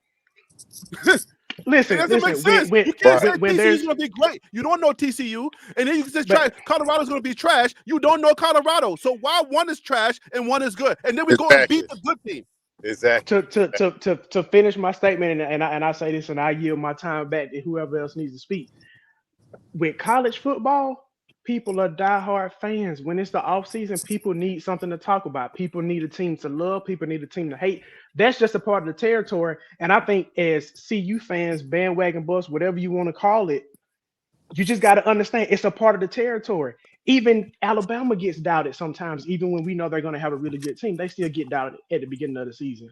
You know what I'm saying? You look at 2 years ago when Georgia was blowing out TCU, David Pollock straight up said, "Hey, Bama ain't nothing. You know, this is Georgia's you know what I'm saying, conference now." And then look what happened this year. Bama beat Georgia in the SEC championship. So it's a part of the territory. So just let it happen. And either you want to focus on the hate or you want to focus on the love. I don't think you need to focus on the naysayers because they're gonna naysay regardless. Colorado can go 12-0 and they're gonna find a reason to hate. Let them hate. But Phil, but get this. It's always like we can't talk, but they can. Have you ever noticed that? Have you ever noticed that they can talk, but we can't? No matter what we say, we're wrong and they're right. Right. But then when we are right, when we do beat TCU, then it's like, oh, how is that? How can you? Are you fans and I'm not fans? What is it that you can talk, but I can't talk? So trust me, if you're on any message board for any other team, like in the SEC or the Big 12 or the Big 10, the same conversations that we're having right now about CU is had about every other school in every other conference. I can promise you that. Yeah, but we're not judged the same. We are not judged the same. Everybody else is a good team, but when it comes to Coach Prime team, it's a joke over here. We're not judged the same. Right. So I would like for us to be judged the same. I would like for us to just be judged as a football team as opposed to everything being a joke. It's no joke. This is a football team. So why is it that you can judge? We can have a football talk all day. You and I, you know how I think. You know what I be thinking. I can think rationally. If you say, oh, let's look at the data. Thank you, KMS. Let's look at the data. If this guy had 20 tackles last year, then it's possible that he can maybe have 5 more this year. Maybe he can have 25 this year. If you're saying this guy had 50, then maybe he's going to go off for 60 this year.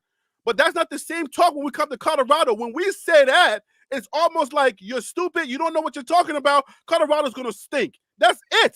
That's where it stops. So that's all I'm saying. Let me lay this down, Harry. Those same analysts and football gurus and all of this and the bettors and all that, they knew before going into that game that Max Duggan wasn't the quarterback. They knew the players that had already left to the NFL at this, that, and the third. But it didn't matter. They still had them up 21 points. That's what I'm saying. So none of that even really matters. So you understand what I'm saying? Yeah. So what are we talking about? So if it didn't matter, because Phil, to your point, you're saying, hey man, this is how college football people talk. You know what I'm saying? In preseason, we're gonna make our predictions based on whatever we did last year. Okay, fine. If you're making your predictions based on whatever you did last year, then we got the right to say we beat one of your best teams. You can't come back and say, well, they were terrible, because you were not basing it on the team. You were basing it on their historical data. If you're going to do that, then we got the right to claim the historical data that you were claiming. You do have the right to do that. I think the thing is when you really break it down. So, for example, I think some people say, well, why are you even having a discussion? You know, because as you're hating on it, which if y'all know, I have not said nothing. I'm not even predicting a losing record for CU this year. But I will sit back and because I could easily come on here all day. You said let's be frank. You said okay. Let's be frank. I'll respect 6-6. If you said they were 5-7, I might respect 5-7. So you can't. No. You're not predicting, but you're saying what you respect. So that means that the record that you was in. Well, I'm saying only because they're rebuilding and they're getting better. That's one of the reasons I'm saying. I'm not saying they can't do better. What other reason would you have? One of the reasons is that you got some great teams on that schedule. So, and I'm sitting here saying is And that, that's it right there. but That's listen it. to what I'm saying. DC, that is it right there. And I'm glad that Hold you're on, here. hold on, You have a hold on. difference Let of me finish. opinion. Wait a minute. Hold on 1 second. I can't go in there, Where but are I the great don't. teams? But wait a minute. That's What what I'm I'm saying. saying, Name them. what I'm saying, what Name I'm them. also saying. Name Let me them. finish. Let me DC, finish let's what I'm go. saying. Name them. Let's Oh, go. Name I them. ain't got no problem with that, but let me finish this. We don't even know who the DC is yet. That Yeah, plays a factor. So I can't nah. sit here and say if I got a key leader, because if we're going to sit here and say, well, it don't matter what the TC is, but here's what I would say: the games that I would believe that they would lose, and it's Okay. easy to do it. I Okay. think Nebraska's a loss. I think UCF is Why? a loss. I think Slow down. Kansas is a. Let's Why slow do it you down. think Nebraska? DC, But we're slow it going in down. today. We're Slow it going to down. break this Okay. down because I got the Okay. data. Let's go. Let's go. Okay. Why? I Don't tell me think ravioli. Don't tell me ravioli. Do not say ravioli's going to beat Shador. Because I will come. I will come No, for you. I want to hear this one. I want to hear this, please. Ravioli is not ever going to be on the field the same time as Shador is. Ravioli is going up against CU's defense, But which we still say. we said Lamar versus what's the name, right?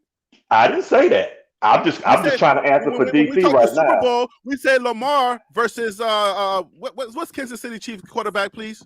Somebody. Mahomes, but Mahomes. I ain't got nothing. I don't have Okay, zero They're to not on do the can I field say, the with same any of time. that. Harry, can I say one? Can I ask him one thing? You How, can ask anything.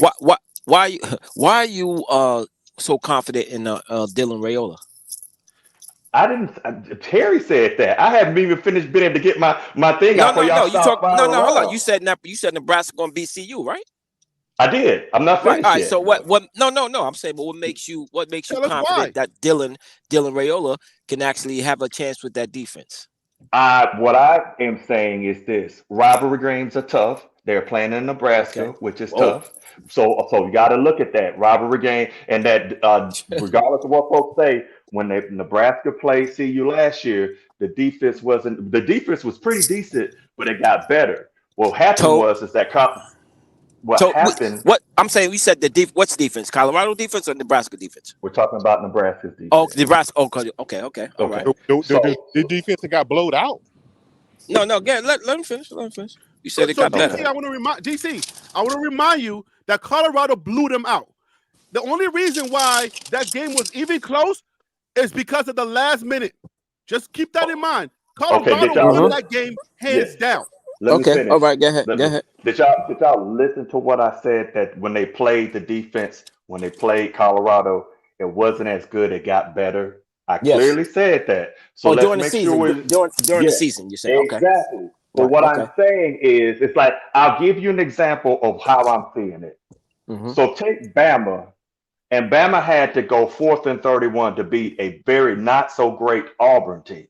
Right. Okay.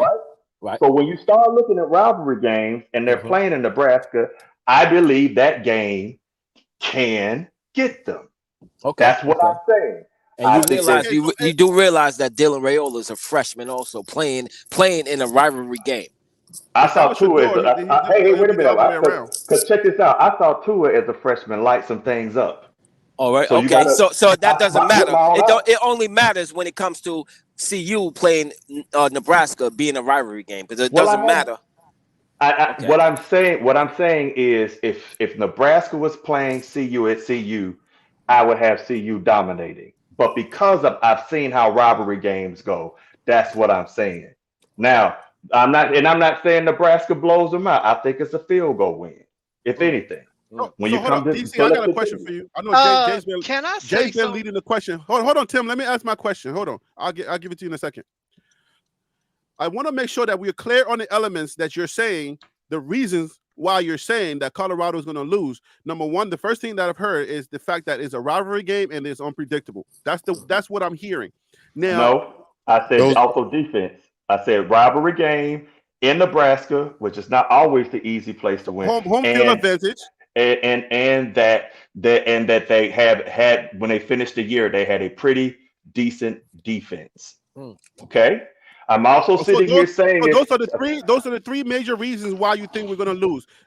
I'm clarifying because this is the argument. These are the videos that I make because I want to make sure that everybody stands on what they're standing on. and I believe it was Phil that emailed me and said, Harry B, let's get everybody on the record. Let's get everybody's predictions. You're saying we're going to lose Nebraska because rivalry's unpredictable, number one.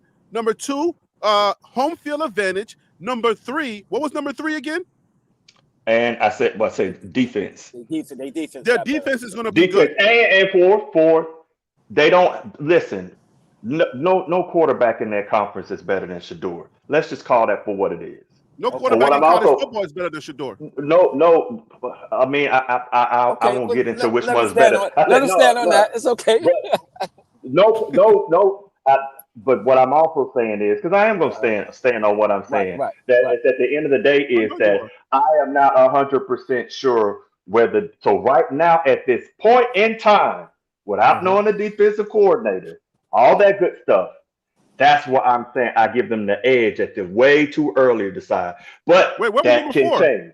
What was number four? What was number four? That was to a point. I don't know who the DC is for okay, Colorado. So you're talking to DC. Right. That's it.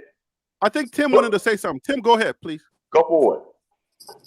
No, I just got a lot of pushback to what DC Go ahead, I'm sure you do. But here's the thing. Even in your pushback, you can't sit here and tell me for a fact that they can beat. We're just talking football right now. You can't sit here and go, okay, at this point here, because you've not seen. I got the data. I can prove it to you. Okay, let me say this, DC. Go ahead. Real quick. Go ahead. You watched the game last year, right? I watched all of them. Okay, so you see that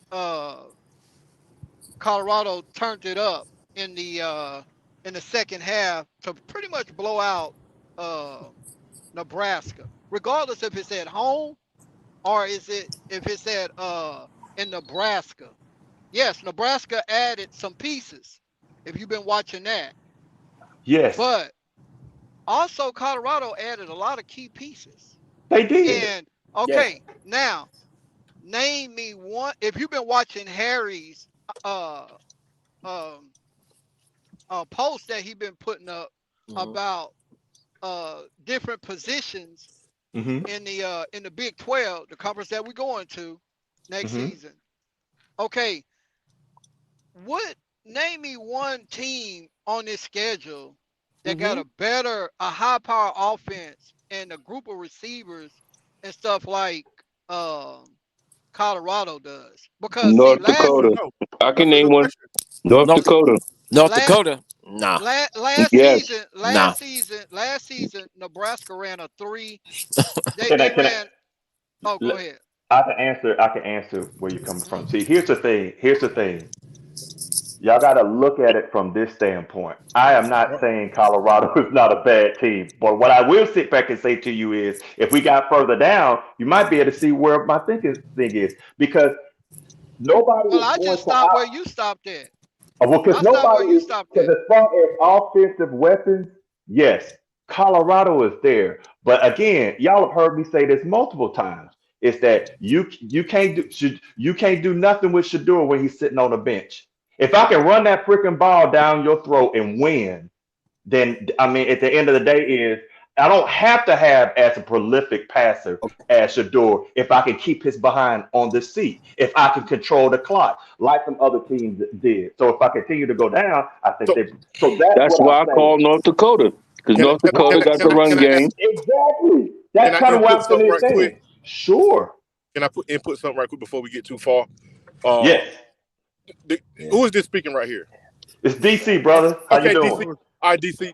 Now, you said I still haven't heard a legitimate factor as to where you think Nebraska would beat CU this time around. Give me something schematically. I can. Go ahead, brother. I got one for you. But don't forget that we blew them out.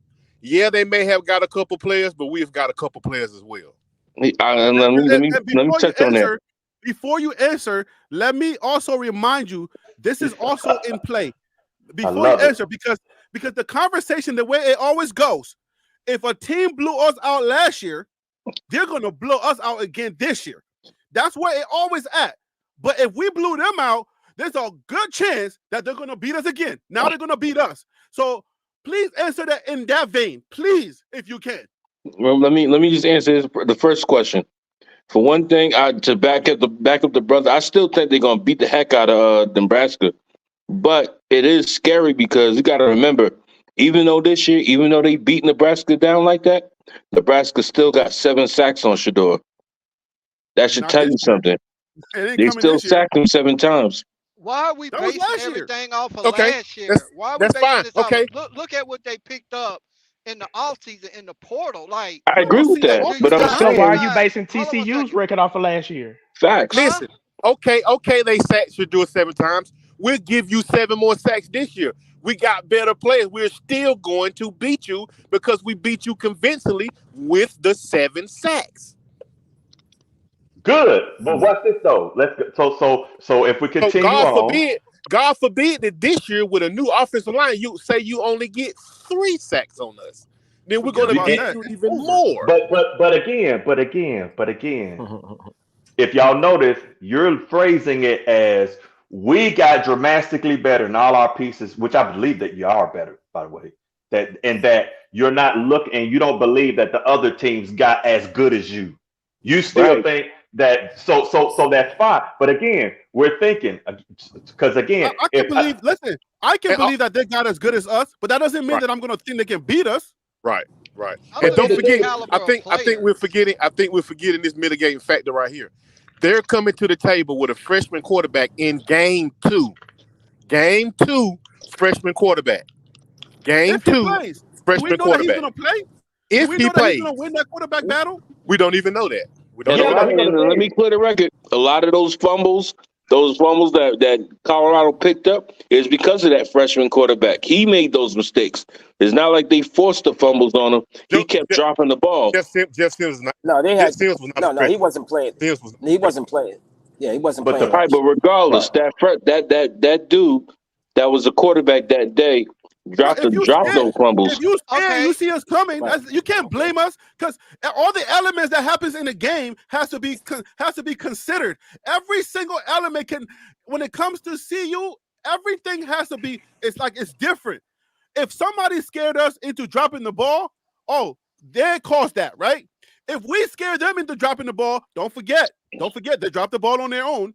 That was not CU. No, you're right. Coughing at the ball. You know what I'm saying? But I guess what I'm sitting up here saying is that that at the end of the day is if you look at it, you're right. It is a freshman QB. That freshman QB, I don't expect that freshman QB. If that was Colorado, it'll be like crazy. Oh, y'all gonna start a quarterback? You're gonna start a freshman quarterback and think you're about to beat Kansas? You're gonna start a quarterback? No, and you think you're gonna beat this team? That's DC. I would agree. DC, I would agree with your point if you'd came around and said, I think the game may be a little bit closer this year, but as far as surviving all of the points that we beat you by last year, I don't understand that. And we're returning a 3,200-yard quarterback that was hurt and couldn't even finish the game. He would have probably had 4,000. Harry B, I get you. I got your point. I'm with you on it. To back up with you and be fair, you can't compare it to last year because the prior year to last year, 2022, TCU blew them jokers out. So I do understand where you're coming from. And then this year they beat TCU. So you still can't, if you compare it by the previous year, then you gotta go back to the one in 2022 where they got blown up by TCU. No, we're not doing all that. We're not doing all that. So here, put the schedule back up so I can go through it real quick. I'm gonna be fair. You can't present one data and say it doesn't apply to us. Because that's what you're doing. You're presenting one data and say, hey, look at this data. But don't look at it when it comes to Colorado. Close your eyes. Put a shade over your eye. When it comes to Colorado, it's not the same. We are returning a quarterback who is now a senior. He's more astute. He understands his mistakes. He's going to make adjustments. He's a senior now. So if you are bringing in a senior quarterback who has the accuracy of a Shedeur, and he is a Shedeur, he's a Sanders, he's coming back, and you're telling me that a freaking freshman is going to beat him? Wait, what you smoking, son? I didn't say he was going to beat him. I didn't say he was going to beat him. I said it might not be the same. Go ahead. But the argument isn't. So the argument is this. Again, You're not listening to what well, you are listening to, but what you're saying is it don't matter what's across the field for what you saw last year and what you believe they got this year, that Shadour's just going to throw lights out. And you notice I keep saying, I never said Shadur wasn't going to ball. What I said is, let's say if I'm Nebraska's coach, I'm not sitting up here and having it where Dylan has to sit here and make all these awesome throws. What I'm looking at is just to make you see an easy throw. I'm dinking and dunking because that gives me two things. One, it gets me to get him confidence and he don't have to read much. The second thing is it gives me ball control. It gives me time. Now, of course, you can let him take his shots or whatever it is. But again, at CU, we're talking about CU is better on the defense. But again, that was one of the Achilles heel. Shadur balls out. I told y'all he's Tupac Shadur all the way. But I'm also sitting here saying to you is that you can be beat. CU's weakness is going to be if a team can run the ball down your throat, then that keeps Shadur off the field. And that how do you figure that's their weakness? How do you figure that? Well, It I was their figured weakness last year. No. Listen. It's you don't have a apples and DC oranges. this year to be able to say that. No. We're not talking about a DC right now. We're talking about players right now. We're talking about players. If you was the DC for Colorado right now, you mean to tell me it's going to be the same defense as last year? No, not at all. That's not what I'm saying either. I'm not saying that it's going to be the same. So what I'm saying is, defense. if it's not. Right. So what I'm saying is, how can you be so confident that a team can run the ball? I'm saying, how are you so confident? I'm saying here. They can, but I'm not saying they're going to. But I think that's what they're going to try to stick to because this conference is mainly about running the ball. When these quarterbacks in this conference and in this particular schedule, when they throw the ball, they're throwing mad interceptions. So they're weak. But the Big 12, honestly, the Big 12 was a balance. Last year, it depends on the players because Texas ran the ball, but mainly they was a throwing team.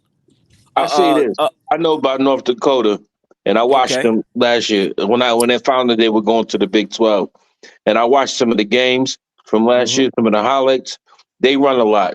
I really don't like you. You're right about that. I can't really say for the whole conference or for that particular schedule.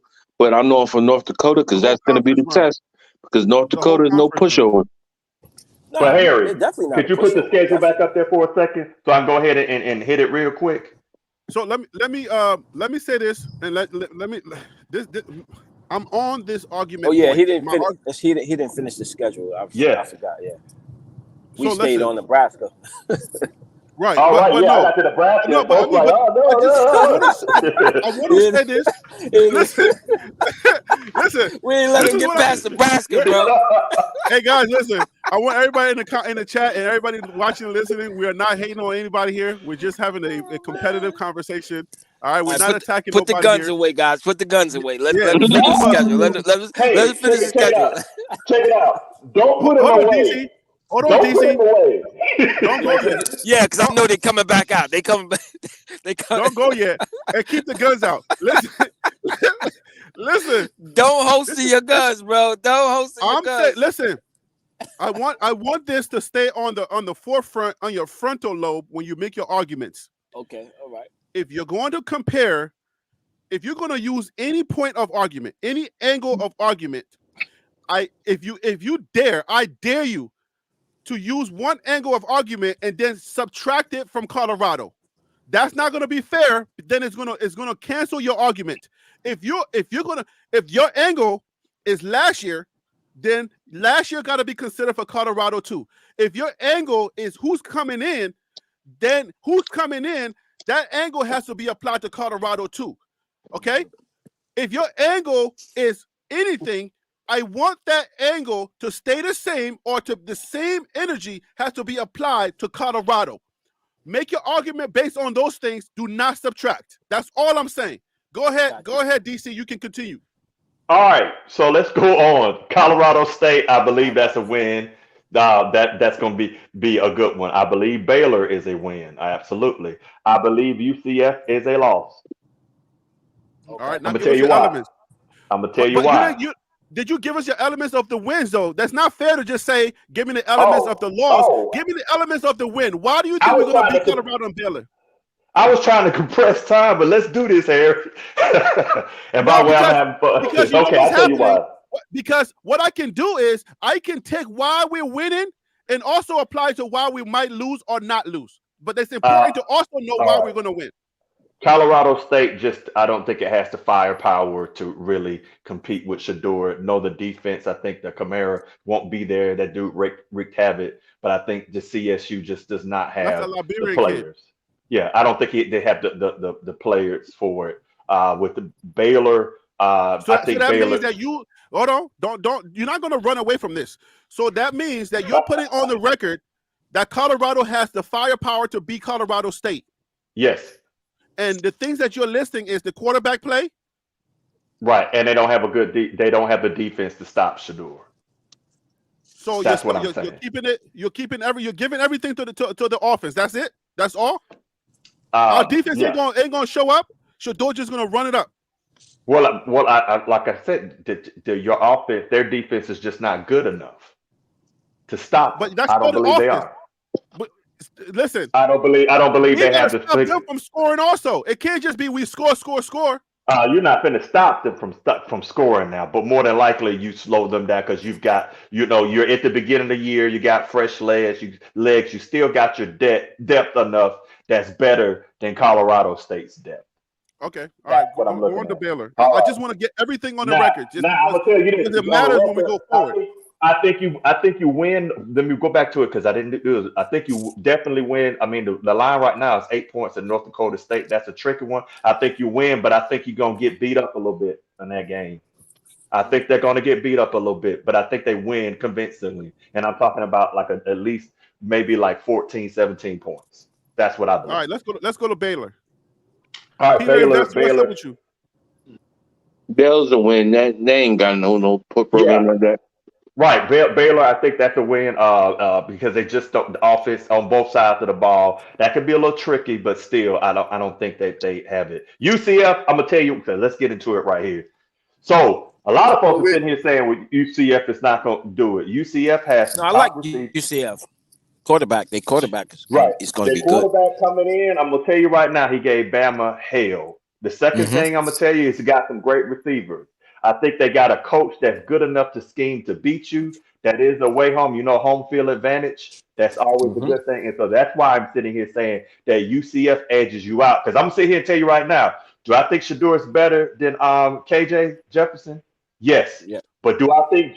But KJ is a double threat. Like, dude, oh, yeah, definitely. That dude can run. KJ got some wheels. KJ got some wheels, bro. Exactly. I like KJ. Yeah, so I think that's going to be a motivated team with an exceptional coach. So that's the other win. That's the other loss that I see. Right. Caleb Williams and Sims had wheels too. Yeah. So I mean, but the thing is, I think that you're catching them at that point. So let's continue on. Kansas State. I see that as a win. Now, hold on, before folks go somewhere. If you did not watch that, before you go to Kansas State, before you go too deep into Kansas State, let's go back to the wheels. So, go back. Is he putting points on the board with his feet? Oh yeah. That dude played at Arkansas. Significant enough to beat us. Significant enough to beat us. Hey Harry. Hey, DC, specify what wheels are for the chat so people understand what you're talking about. That he can run. And not just run, but he can run you over. He's pretty much a running back. No, I'm not disrespecting him because he can throw that thing too. But I'm saying if he wanted to just switch to running back, he'll be a great running back. Now that's real. Yeah.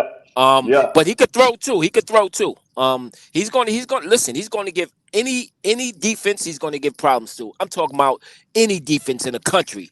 You know what I'm saying? So UCF doesn't have it in the trenches. They don't have enough. They don't have enough in the trenches. Well, that's possible. Yeah. Quarterback is good. The receivers are good, but they don't have it in the trenches. Okay. They were like us we're going to have it on that D line. Just keep that in mind. We're going to have it on that D line.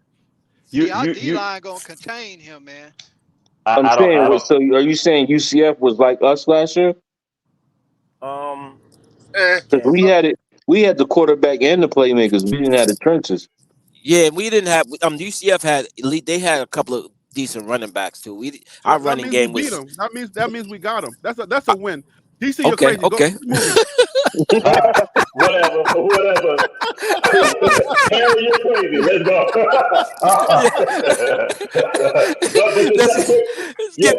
Give that a check mark. Let's go. Yeah, that's a win. He can win all he wants. He ain't gonna do nothing. But on the side note, this is what football talk is supposed to be like. We giving our points, we argue, we get heated, but it ain't no hate here. We just having fun. Nah. Exactly. Because Exactly. it's all speculation, man. We Yeah, don't I mean, we it's don't fun. know. We don't know. Yeah. You know what I'm saying? Forget it. So Yeah, you got You start crazy though, but go to Kansas. Go ahead. All right. So I know y'all finna flame me now, but I mean I'm ready for it. Let me bring my big guns in.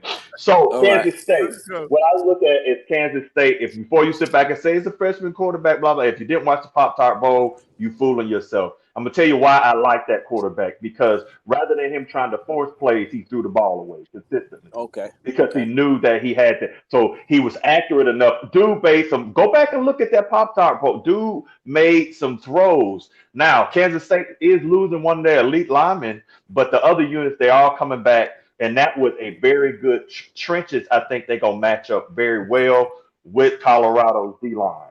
Now, as far as DC, go ahead. before you continue, I just want to let everybody know that's watching right now.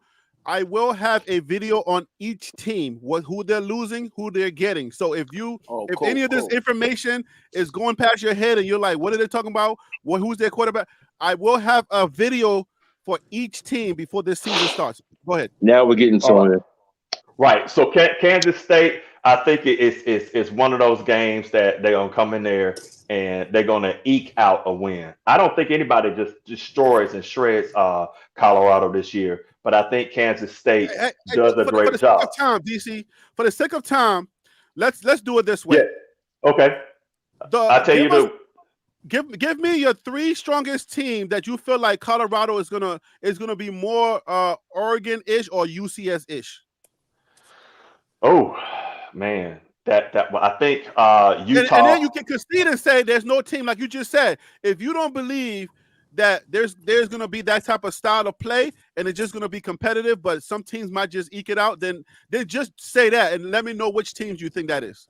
Okay, I think that that Utah runs that ball pretty well on. I think Utah will run the ball very well on Colorado.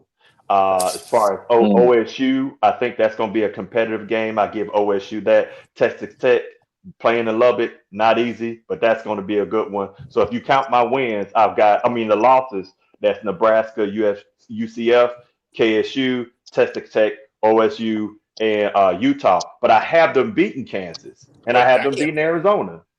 How many losses? Did I How many count losses, five? Harry? Is that 5 or 6? losses? So basically you got them at 6-6. Yeah, but here goes the thing. I want to Like make you sure said I circle. before, I was right. You 6-6. Hold You don't want to own it. Hold on. But one of the games I go back and say, if you'll notice when I said about Nebraska, that I wasn't all the way sold on Nebraska. So I was, but looking at it at this point now, if they get a very good, solid defensive coordinator, I'm thinking more so 75. And I think it's 75. And I still think, even if they're 6-6, I still think their record is 7-6 because they will. Hold on 1 second. Let me rephrase this. Now I know why my numbers ain't making sense. Here's why. To me, because I was like, well, because I thought about this because I knew we would talk about it. All right, so check this out. I think that it may be 6-7, or it could be 7-7. But being 7-5, they finish the season and then lose a bowl game. Why? Because I don't think Shedeur plays in the bowl game unless they're in the championship. Yeah, I think that. Agreed. Yeah, I that's agree with part. that. Yeah, I mean, the one team I think we all can agree with that. Yeah, and they're gonna. I feel like they're gonna beat Utah. Wait, what? Shedeur goes to a bowl game and doesn't play? Yeah, well, if it's we talking about if it's a basic bowl game. If they're 6-6, Shedeur and Travis are not playing. No, They playing. exactly. Nah, they ain't playing. Oh, they're No, He playing. not they ain't playing. playing. No. Nah, he not Hey, playing, Harry, bro. Nah, he can not I playing. can I And, oh, I agree that I agree. I don't think he's gonna play because think about it. Nah, he's Shador not didn't playing. come out for the draft this year because Deion said we're not gonna play second fiddle to anybody. So why Mhm. then would you put yourself in a situation where you're in a quote unquote meaningless bowl game and get yourself hurt, and then now instead of being the number one quarterback drafted, you may end up going in the third or fourth round. I I'll can tell you Right. honestly why. see Shador sitting out. I'll tell you Yeah. why. Because Coach Prime has put it on the record that he wants to give Peggy a bowl. So now you go and you give Peggy the bowl, and then you as Coach Prime, you're gonna be everybody's gonna be talking about you. Everybody's gonna be talking about you in the postseason. You're Right. Coach Prime, you're on every TV show, you're pumping up this game, you're selling all the tickets, everything, and you're thinking that he's gonna go down there and chance it. Are y'all nuts? nah, Yeah, yeah. It's a Not, I it's a agree it's with that. business not move, happening. Harry. It's a business move, bro. It's a business Shadur, move. Shadur and Travis, if they make it to a bowl game, they will play. Zero Of chance, course bro. they're Zero, playing. zero, Travis will cut zero this chance all they out. gonna They don't play. let him play, man. Listen. No, Is it zero chance? what? Listen, man. Listen. It's a zero chance if they make a bowl game that Travis and Shador is gonna play. Zero But that's chance. maybe Nah. all right, Phil. Zero Start chance. taking Phil. Start First of all, Phil, let's go And you back. know, you're- Let's go first of back to listen. all, the Yo, little You game. know, I'm see you all the way, baby. I'm see you all the way. Yeah, I'm but just saying, this yeah, is that's business. crazy talk. Nah, they no. Look at the history of all the like big time so players. first of all, it's gonna be hard to keep Travis out the game. It's gonna be hard, but it's gonna happen.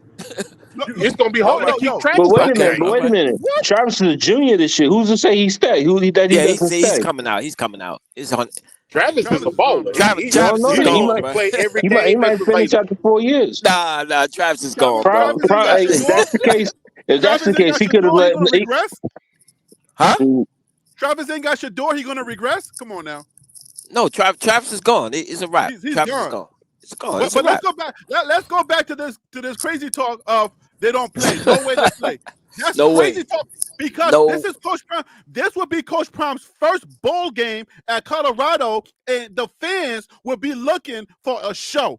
There's no way on God's green earth Thank that Coach you. Prime don't put on a show Thank with you. his Well, best players. there's a little brown on this earth, bro, because he ain't playing. Hey, Harry, you know what? I will concede this to you. Might I submit this to you? Shador goes out, plays the first quarter, and he gets out. Dion is all about Okay, making all sure right, these all right, guys all can right. get. He's all about I'm with making you. sure I'm these with you, guys can bro. get to the. All right. Okay, he's all Now about we making sure talking. We these talking guys. now.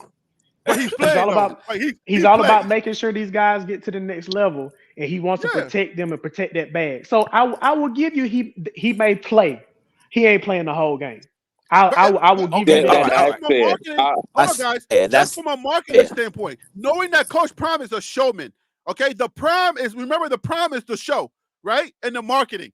So the Prime gonna market this product and then come and then show up with his second string players. Y'all really believe that could happen? Yeah, and I'm gonna interject something to you because What? think about it. Think about this. We talk about risk reward. All right, so him playing is more risk than reward. But also on the other thing is, if you know he's leaving and you don't want him to get hurt, and this is also opportunity for your backup QBs to get in and you get some reps to be ready for that 2020-25 season. So I think if he does play, I think it's one kind of those limited things. I can agree with that. I can agree. Right, but here's the thing I will sit here and say again, just to surmise what I'm saying is I think their record is either 7-6 or I think it's 6-7 Just or do regular 7-5. season. Don't confuse us. Do regular season only. No, like I said, They're not losing to Utah. Right. Well, and again, we're talking about it, but again, that's what I see. But if the DC winds up coming in and does a great job, again, this is way too early. I could definitely see 7, but I don't see past 7. I'm just gonna be honest. We're talking about DC, but DC, I ain't gonna hold you, but I'm gonna tell you this, man. I don't think it matters who comes in as a DC because those guys are so locked in. When I watched the video of them, getting ready and training and preseason training and all of that, the hunger I see in some of those guys' eyes, and then a lot of them has 1 year. I feel like I don't know that those guys come here 1 year knowing that this team was 4-8 and was pretty much being blasted all over the internet, all over college football, knowing that coming in here with their special talent, I don't know that they come in here and relax. It just doesn't feel. Hey Harry, I tell you this. I believe they're gonna do a lot better than 7 games. I'm looking at 9 games, but because to be fair, I hate to keep going back to TCU, but prior to them going to the championship the year before, they were 4-8 as well. You know what I'm saying? They were getting beat too, so they turned around. They went to the national championship. What's stopping Colorado? And another thing, Deion is stopping Colorado. Is it? You want to expound on that? You want to stretch that a little bit? Please defend yourself. Hey, yes, please defend yourself because the heat is coming. I believe this: players win games and coaches lose them, and I think Coach Prime is going to lose them. Yeah, because you saying it don't matter. It don't matter what coach come in. You know what I'm saying. So glad I wore my hoodie today, boy. But hey, man, but it matters, man. It matters. It didn't. I do agree. You do need to have somebody that's going to come in. They got to gel and everything. They got to come in. They got to not just get along with the players. They got to get along with the coaches too. You know what I'm saying? Okay. So it do kind of matter. Wait. So what makes? I'm not done with Phil. Phil said Coach Prime is going to lose the games. Go back to that, please. Right. You tripping? Yeah, I mean, honestly, like right now, I have more of a wait and see approach about Colorado this coming year. I honestly think that they're going to win at least 6 games. I'm not sold on the idea of them going 9-3. I just don't see that in the cards for them. I don't think Deion has, based off of last year. And I know we can pick and choose when we want to go off of last year. We can say, oh, well, they had a high-powered offense last year, so they're going to be even better because we got more weapons. Oh, but last year we didn't have a good offensive line, so that's why Shedeur couldn't get the ball out in time. So we can go back and forth about that. But based off of last year, I don't think he did a good enough job of putting his team in situations to be successful like he needed to, because there were too many close games that could have been won based on coaching changes that were made. You look at the Arizona game, you look at the Oregon State game. Those 2 games right there should have been won. The Stanford game should have been won. But coaching decisions do matter. And I'm out of DCU, Phil. Stop talking. I'm out of DCU right now. Hold on. It's your show, man. All respect. I'm out of DCU right now. Let's go. It's on your screen. Tell me which games Coach Prime is losing. I'm talking about him coaching. Which games is he losing? Him specifically, not saying the team. The players are going to win it. The players are going to be in position to win it, but he's going to lose it. Which games are you saying Coach Prime is going to lose? On his acumens, on the fact that he sucks as a coach. I'm going to go Kansas State. I'm going to go Utah. And I'll go Oregon State. I think he'll get outcoached, and maybe you mean Oklahoma? Outcoached. Oklahoma State, Utah, Kansas State, and I'll throw in an extra UCF. I think he might get outcoached. So you got a bonus. Well. So that's 4 games. Yeah, you're throwing in. But those are games specifically that I think he will get outcoached. Yes. So, but you said 6-6. So what's the other 2? But no, his question was outcoached. No, so right. I think those are the games he's going to get outcoached. I wanted to know specifically what game he believes that Coach Prime would get outcoached. Like he ain't going to be able to pull it together to at least get us a 3-point win. I was trying to answer the question. Can I say one thing? Go ahead. Yeah, hello. So you say you have a wait and see approach, except for those 4 games. Yeah. Right. Mm-hmm. Yeah. Okay. So it's wait and see until they play those teams, and then it's like it is what it is. But you think automatically that's 4 losses automatically. In my heart of hearts, yes, that's how I feel. Yes. And that's because you believe in these coaches. You believe that these coaches are much more prepared and they know more. They can control a game better than Coach Prime can. In this moment, yes, sir. Mike Gundy and Gus Malzahn can. That's no question about that. I mean, I got it. I love Coach Sanders. But, man, when you start talking about Gundy and you start talking about Malzahn, Them They coaches all right. are They good are they coaches. good. They good. They have some decent years. They have some Yeah, decent times, yeah, but but Coach Prime they is ain't. not better than them though. No, Sir, He has I didn't say better Hey, sir, time. I didn't sir. say he was better. I didn't say he was better, but I think those guys have some years in. I mean, their resume speaks for itself. Sir, I But hey, get they all Phil. they that, but they at the won end some of they sir, won some games. They won some games. at the Hey, end of But the day, they as can far be as So good is great this the coaches. coaching, same Gus Malzahn? Is this the same Gus Malzahn?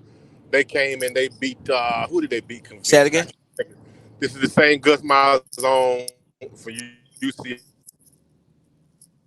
Your audio is breaking up. They beat You might somebody have to convincingly reset. in the Hey, third real round and quick, Harry, then the if door was that was blown off of them. So, just to let everybody know that's watching, if you want to know about the coaches in the Big 12, I have a video on my page that says Coach Prime versus the Big 12 coaches. Okay, so the conversation, the part, this segment right here that we're talking about, I have a video already. You can go watch that video, Coach Prime versus the Big 12 coaches. You can see their record, who they are, blah blah blah blah. If y'all want me to go deeper, trust me, I can pull the data. hey Harry, Hey, can I ask a hey question Harry, real real quick, quick, Harry? Let real East quick, Coast Harry. go first. Okay. Yeah, real quick. I can get it with the thing with the coaches, but at the end of the day, just like knowing the plays, at the end of the day, you still got to stop it. Even though he can coach all he want, the players still got to be able to stop the plays or either execute the plays. So it don't matter how. I mean, look at the Patriots. Look at Belichick. Is he not a great coach? What was their record? Was he really a great coach, or was Tom Brady that good? That's a whole conversation, though. I'm just saying. Because he ain't got no job right now. I mean, hey, Hello. but two things can be true. Belichick can be a great coach, and he also benefited from He having had 4 years. Tom Brady. He And had vice 4 years. versa. If you're a gangster, this is how you prove it to me. You got 4 years. If you that great, and you got 4 years, you can't make nothing? Nothing happened? Why y'all quiet? No, who? Because You he's talking not about? because No, he's not a you talking great about coach. Belichick? Because he's not a Because he's great not a coach. great coach. Thank you. He benefited from Tom Brady. That's all.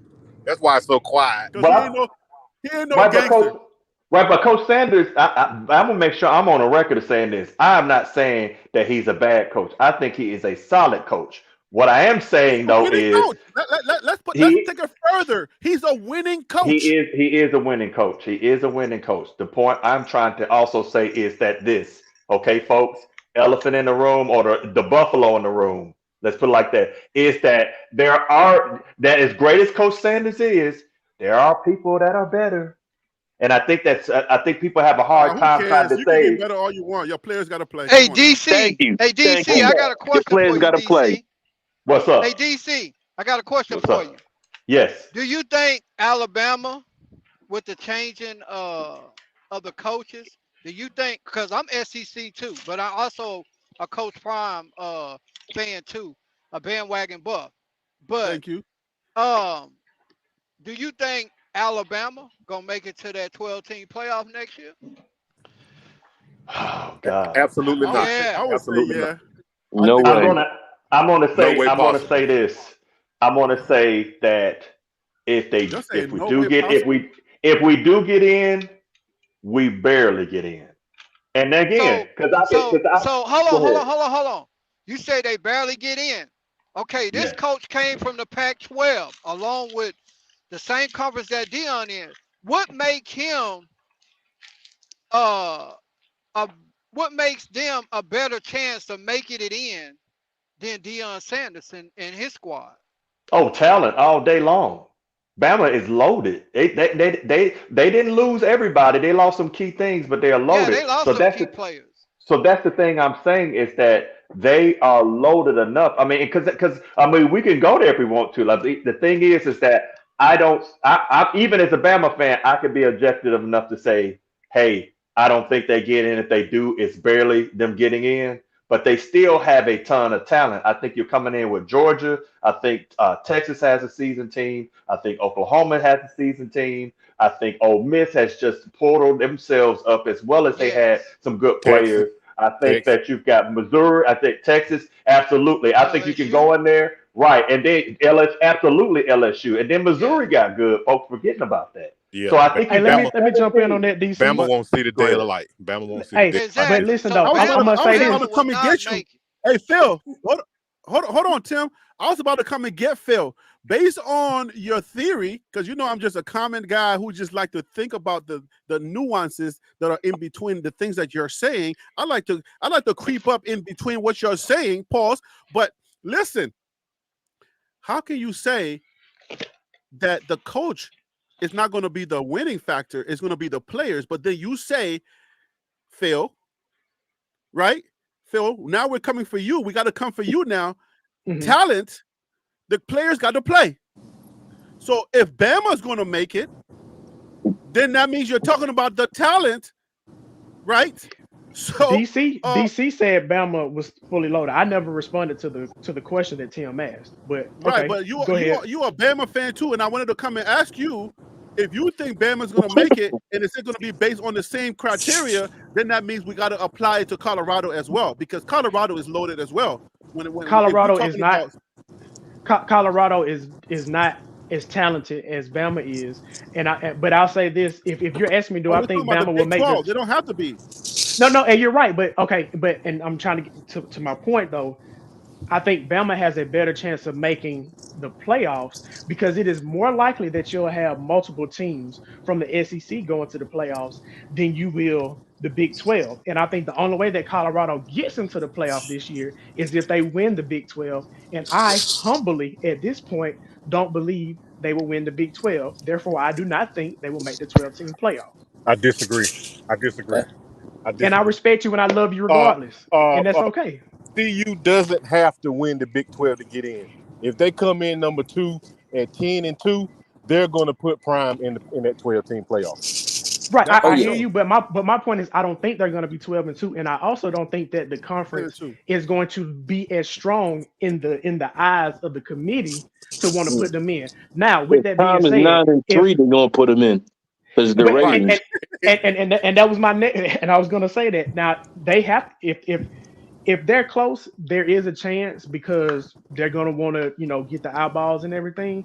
But I think it's going to be hard to say, okay, well, there's a 9-3 SEC team that should get in, but no, we're going to put in a 9-3 Colorado team. I don't know if they're going to be able to justify it just on the field and say, hey, this SEC team that went through the SEC schedule isn't as good or isn't as deserving as a Colorado team that went 9-3 and did not win their conference. Phil. If Coach Prime and them have a 9-3 season and Alabama has a 9-3 season, we talking about dollars and cents. There's no way that they leave Colorado out of that playoff. Amen. Push back. I'm gonna say it like this. Because y'all, I think now we're kind of going to that other thing. I'm messing with you, Tim. But here go the thing: is that if it's Missouri and CU gets in.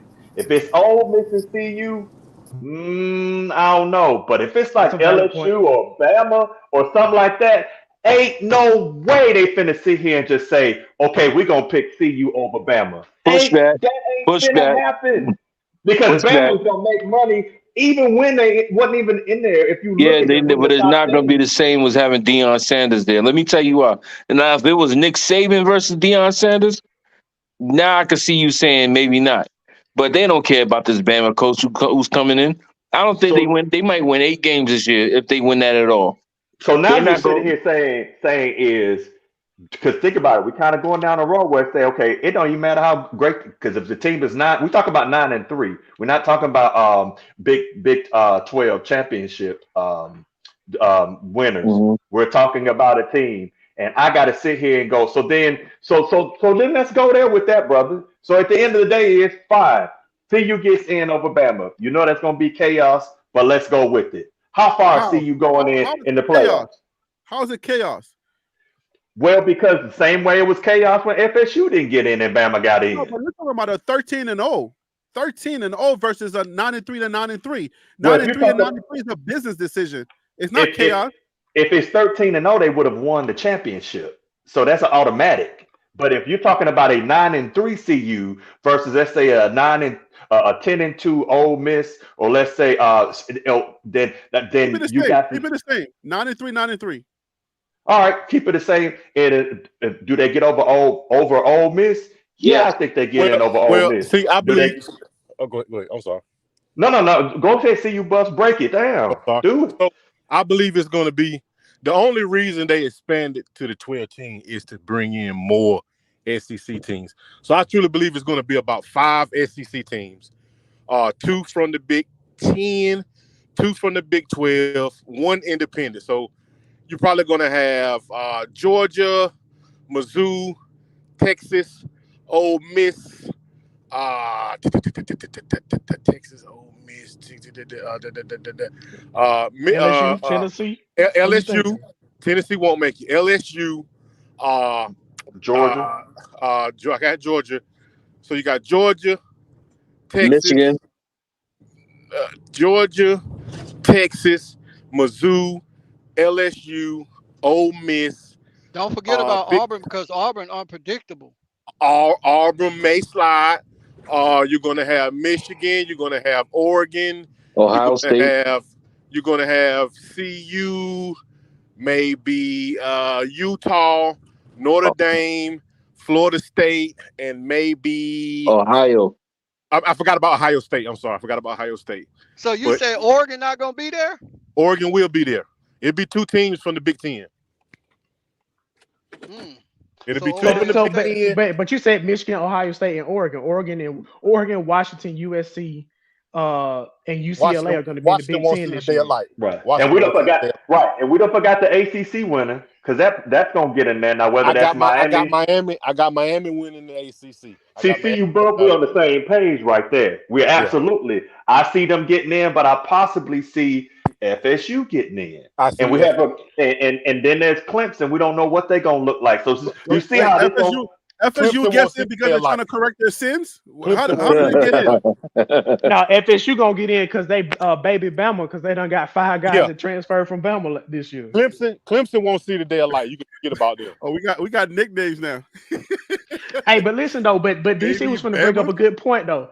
He was bringing up a good point. He's okay. Let's say Colorado gets into the 12-team playoff, right? Who out of those 11 other teams do you honestly feel confident that they can beat? And I'm just asking. I'm not saying they can or can't. Any of them, if they get in. Okay. Any of them. Stop playing. Man, ain't no way they finna beat Texas. You gotta be. Come on, man. Harry, do you honestly believe that? Do you honestly believe that? I believe that. You know why I believe it? Okay. Because at this point, everybody's on 10. So it ain't no, if we get there, everybody's on 10 now. So it ain't no, now it's about football. Let's play football. If you hear, those young men are going to be believing in themselves on a very high level if they get there. Shedeur, ain't no quarterback that's better than Shedeur in the whole freaking thing. So come on, Shedeur's going to be on 10. So then it's not about the data. It's about the guys believing in themselves because they make. We've been through the data already. At that point, we already been through the data. The data's already proven itself that okay, everything that we talked about preseason that we're talking about right now is already been proven. Black Bully came in and he bullied some dudes. Okay, you got Justin Mayers, right? That came in and he did his thing. Jordan Seaton dominated. Cormani McLean came into himself. He's bigger. He's taller. I mean, he's bigger. He's tall enough. He did his thing. Travis Hunter was a monster. We got enough 5 stars. We got enough people that believes in themselves on that team that can make it happen. Ain't nobody lined up across Shedeur that Shedeur's going to be like, oh, my gosh, I can't believe we're here. Oh, wow, I see you, Texas. Oh, wow, Bama, this is what you look like. Ain't nobody doing that. Exactly. Nobody's saying they gonna cower and just bite the pillow. Nobody's saying that. That's what y'all be thinking. Like, this is not football anymore. It's like, oh, my gosh, legacy wins all the time. I like who they just picked up. BJ Green. That kid is nasty from Arizona State.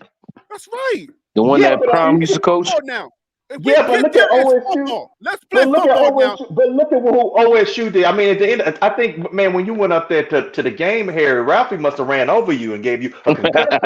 Dude, the end of the day is when you sit back and look at OSU and basically bought a team. Argument is legacy. Your argument is legacy. I understand the legacy talk. My argument is that OSU went out there, and that's Ohio State went out there and got Caleb Downs. They basically went in there and robbed everybody of great players. And now thinking about DC. DC, there's Yeah. one thing, and I want you to please hear me out. There's one thing that you're not thinking about. The conversation, college football conversation, talks legacy. Everybody said that Nebraska was going to run us over, and that was a legacy talk. You see what I'm saying? Everything is about legacy in college football. It has nothing to do with the guys lined up against each other. It's always legacy. So Not for me. I'm looking at player on player.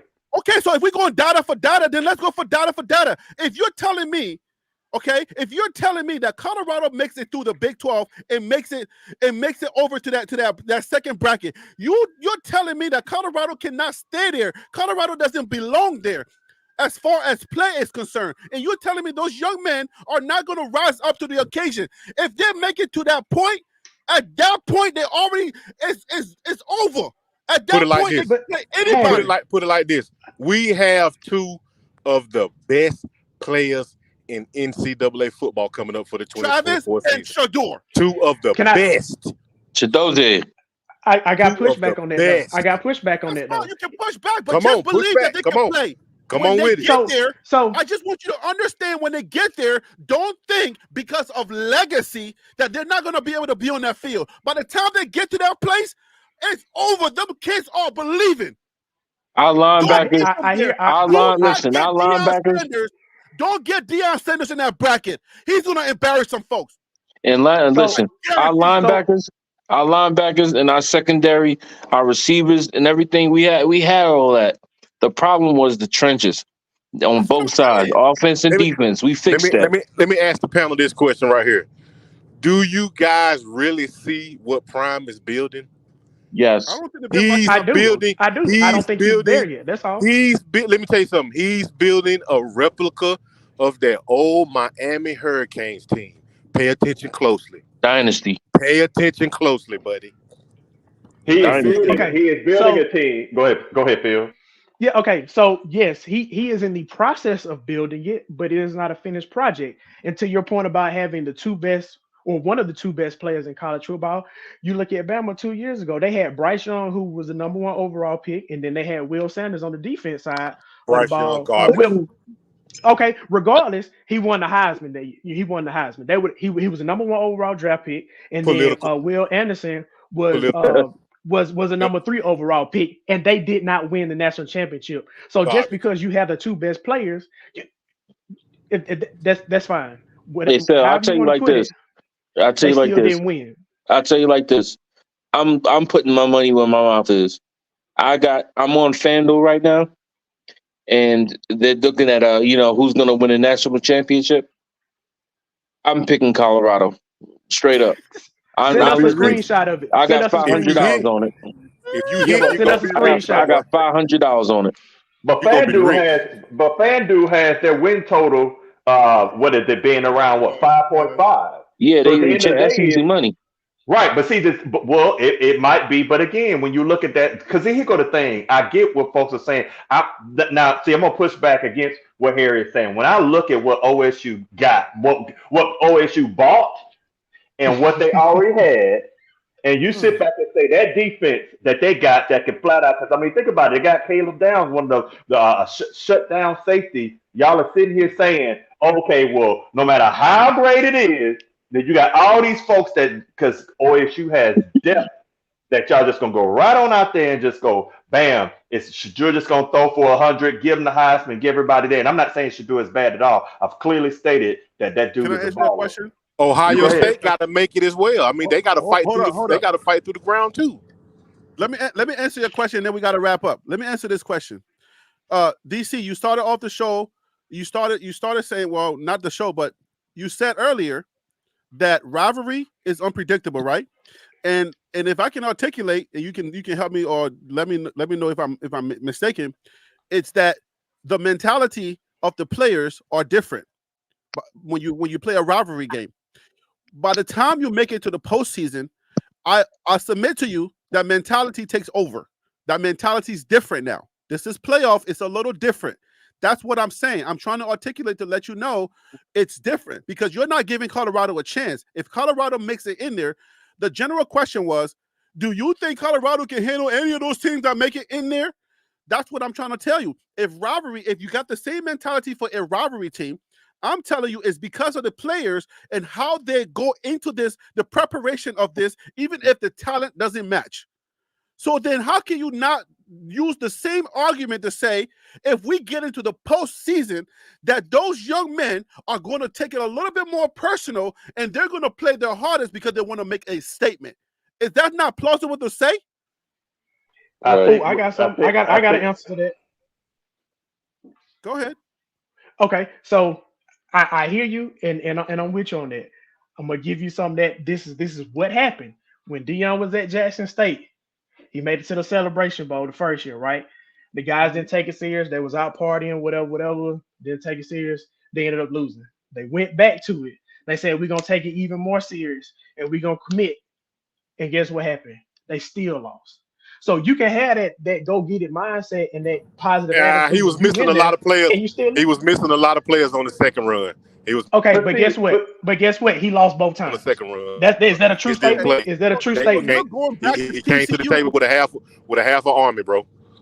So listen, your pushback was weak, and I'll tell you why it's weak.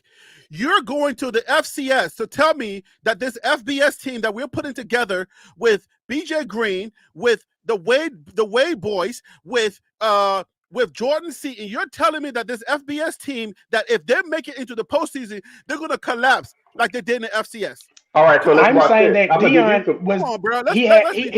Come on. I'm gonna make this point real quick. I just want to make this point real quick, and I'm gonna hand it over. Are you really serious with that lead?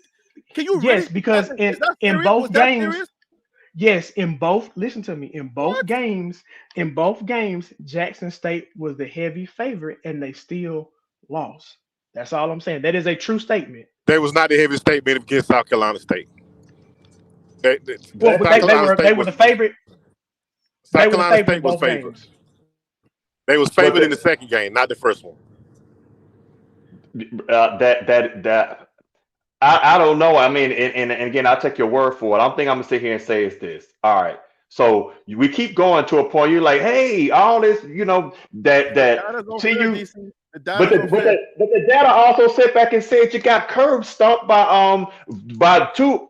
Washington State, which is near the bottom, and you also lost to Stanford in the biggest lopsided comeback in Pac-12 history. So how are we going to excuse that data? Again, I'm saying that is only weighed one side because we're going back to the past. We leave the future. We go back to the past. I just said, all I said was, listen, if we take everything, we just said, we got this new O-line and new D-line, right?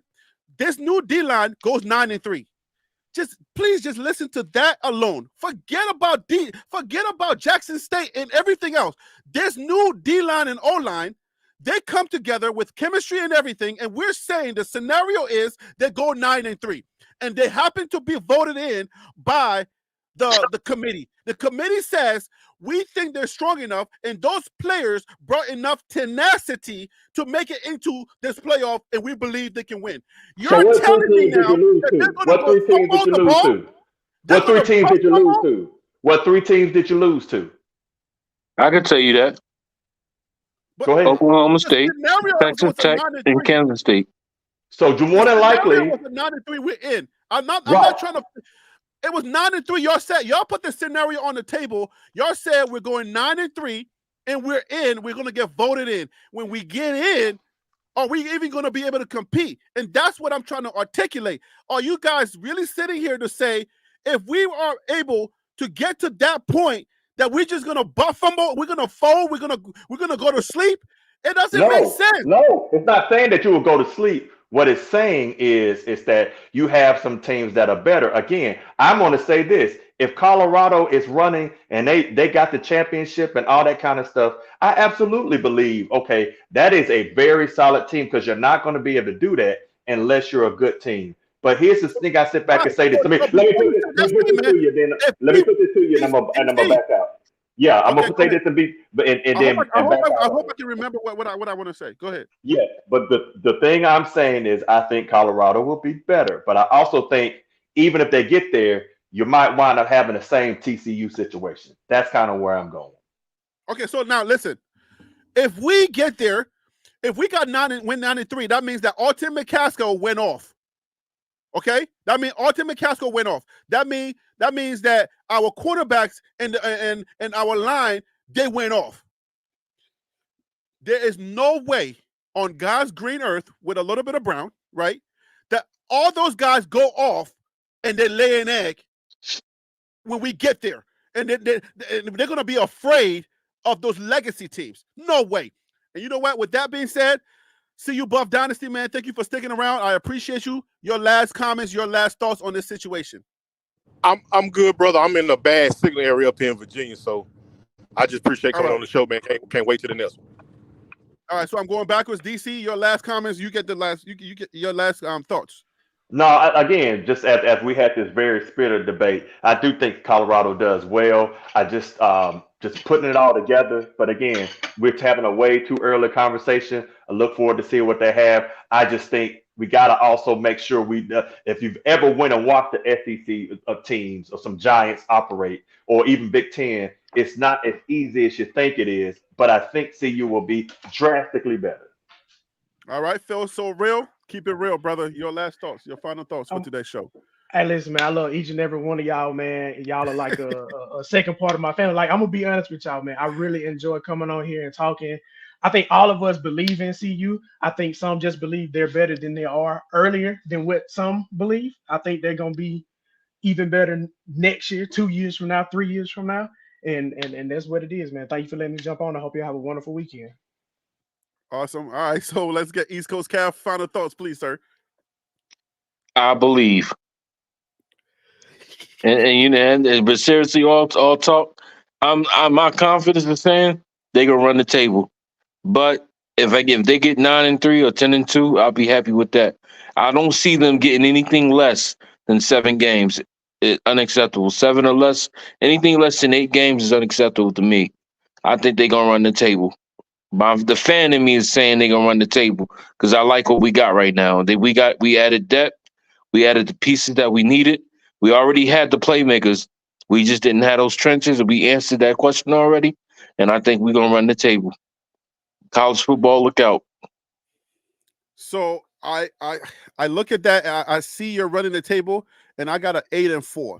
The 8-4 that I have, it's not that we're gonna. The 4 teams that we lose to is just because college football is unpredictable. I don't feel like there's not going to be any type of Oregon type, deal.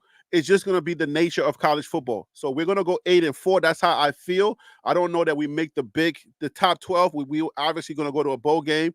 We don't make that 12, not this year, but because of the 8-4. Next year, I believe then the following year is going to be our time to get into if it's 24 or 12 at that time, we will get in then. But I want people to understand that Colorado has the talent. Coach Prime is a coach. This is why I did this show today. Coach Prime is a coach, and people need to understand that he is a coach. He didn't just start coaching yesterday. Forget about the cameras. Forget about his son, Deion Sanders Jr., a.k.a. Bucky. Forget about Uncle Neely. Forget about the documentaries. Forget about, Tim, I'll give it to you. Tim, give me a second. Forget about all the extracurricular activities that are going on around the CU Buffs. Forget about Harry B. Huh? Forget about Harry B. Forget about Harry B. All right. Whatever I say here, I am just a YouTuber who is trying to make my way. You know what I'm saying? So whatever I say here, don't attribute that to Coach Prime. If I make my crazy predictions, I make my crazy talk, and other creators do their crazy things, and other people, they say crazy things, do not attribute that to Coach Prime. Coach Prime is a legitimate coach, and it's unfortunate that people cannot give him that break and give him his flowers as a coach. Forget about the gold jacket. Give him his flowers as a winning coach. You have to give him that right now. And I know that you don't want to give it to him, but I made this show today so we can talk about it. Forget about him cashing checks and all those crazy things you're talking about. He's going to prove it to you this year, and a lot of y'all are going to be surprised. All right? So, Tim, your turn. Hey, first off, I just want to say thank you for having me on, man. It's a blessing. To the rest of the panel, I love chatting with you guys, man, on Mondays and Fridays now. It's a little bittersweet, but it's all good. I understand. But I got Buffs at 10-2, man. I feel like their That's what's hardest two up. games is gonna be Texas Tech and Oklahoma State. And that really depends on health wise because now we're going into the end of the season. The depth. Yep. So I still feel like that offense, man. That offense, the way it's looking, reminds me of when the St. Louis Rams ran the tables on the NFL. Couldn't nobody stop it. And hey, I can't wait to see it. But hey, everybody have a blessed weekend. Thank you for having me on, Harry. You too. East Coast Cav, did you come back on for another thought or DC? No, I kind of came off and I got back on just to hear everybody out. But yeah, man, hey, like I said, they running the table, 12-0. DC, did you have something else to say? Oh no, man, I'm just loving it. Oh, okay. All right, guys. So today was a spirited show, I must say. we got our DC a little bit because he wanted that smoke, so he got the smoke. So it's all good. But it's all love here at TLP Sports Club, man. We talk football, we talk Colorado football at that. You see what I'm saying? We go into the nitty-gritty, we talk about the good, the bad, the ugly, and everything else in between. And it is what it is. You know what I'm saying? If you hate, if you love, we're here for it. You can always call into the show if you disagree with anything that we're saying here on this panel. And don't be upset that I always got the same guys on here. Today I had a few other guys on here, but if you feel like I got the same guys on here, then you call in. You know what I'm saying? Hey, shake Harry. some things up. Yeah. Hey, let me say this real quick to the people in the chat telling folks that's haters to stop coming on here and talking. Don't do that. You taking money out of Harry's pockets. You know what I mean? Let the haters come on here and hate, baby. Haters still pay bills. Yeah, Let them you come know on what? and hate. And Let them I come on back and you up hate. on that. I'm gonna back you up on that because I was against the trolls coming, but you know what? They don't realize the trolls actually help the algorithm. So Yeah. let them come That's on. what I'm Exactly. telling you. Keep Yeah, hating, They're baby. helping Keep Harry hating. Let B. the trolls. All I keep, like I said, just keep it respectful, and I'm good. If they can keep it respectful, they don't come in here with no crazy stuff, and we can keep it cordial. Let them say what they gotta say. You get to learn people. You know what I'm saying? Yeah, Like I but read they them. can at least call in, man. At least call in and defend your trolling. That's That's what I'm all I'm saying. I mean, saying. we got DC and Phil in here, and Phil's a convert. Phil is Phil right now. Phil's almost like an 89% convert. Like he's talking Sko Colorado bus, now. baby. Sko bus. Either you running with Ralphie Phil or is you black getting and gold. ran over. Yo, Phil is black and gold right now, bro. Like All day, baby. Hey, Grambling is black and gold, so those my colors. And my high school was black and gold, so I love black and gold, man. But yeah, Sko yo, bus, baby. You running Phil with is black Ralphie or and you getting gold. ran over, man. April 27th is the black and gold game. The spring game is on April 27th on Saturday. April 27th, the date has been set. So make sure, I should have said that at the beginning of the show, but I'm saying it now. The black and gold game, I did catch this shirt in Boulder. So, you know what I'm saying? Now we got to work on DC now. DC's our next guy we got to work on. So I know he's still here. He's muted, but we got to work on DC a little bit because he's becoming that guy. He's like maybe 69%. He keeps saying, I love Coach Brown, but so Instead of atheist, I'm a prime theist. I ain't a believer yet. I ain't a believer. Yo, hey man, listen, for those of you who are on the sidelines, make sure you call into the show. I know some of y'all are at work, but if you got that heat and you think you can stand the debate, if you can talk your talk, then talk it live, because a lot of y'all probably can't talk. That's why you stay in the chat, because your Twitter fingers are way better than your actual voice. Because if we hear your voice, we'll be like, oh, really? That's why you stay in the comment. I'm poking. All right, guys, man. Y'all have a great weekend, man. It was a great show today, man. I appreciate y'all energy. God bless you all, man. Always, man. Bless you, brother. Take care, guys. I'll see y'all on Monday. Peace out. All right, man. So listen, that's it. Hands down, Coach Prime is the coach. Okay? Forget about him writing checks that he can't cash. Those players that are in that locker room this time around, those checks are going to get cashed. Okay? I guarantee you, those checks are about to get cashed. So you best believe it. Whether you want to hate or whether you want to love, it's up to you. But Colorado's going to be playing football this year. I guarantee you, it's going to night and day. The team that you see, it's going to be night and day. Even Coach Prime, he's toned it down a little bit. I'm like, Coach Prime, where you at? Coach Prime has toned it down a little bit. I think Coach Prime has a secret. I think Coach Prime got a few things that's coming that you might be surprised about, and he got a few secrets off his sleeve. So we're going to see that this season, guys. Thank you for joining the show. I'm Harry B on your screen. You can always write down that email right there, jointlplive@gmail.com. So you haters, if you want to come in here, your Dion detractors, your DD or your triple Ds, your triple Ds is Dion, delusional Dion detractors, and then you got your Dion detractors. Which one are you? Call in and let's have it out.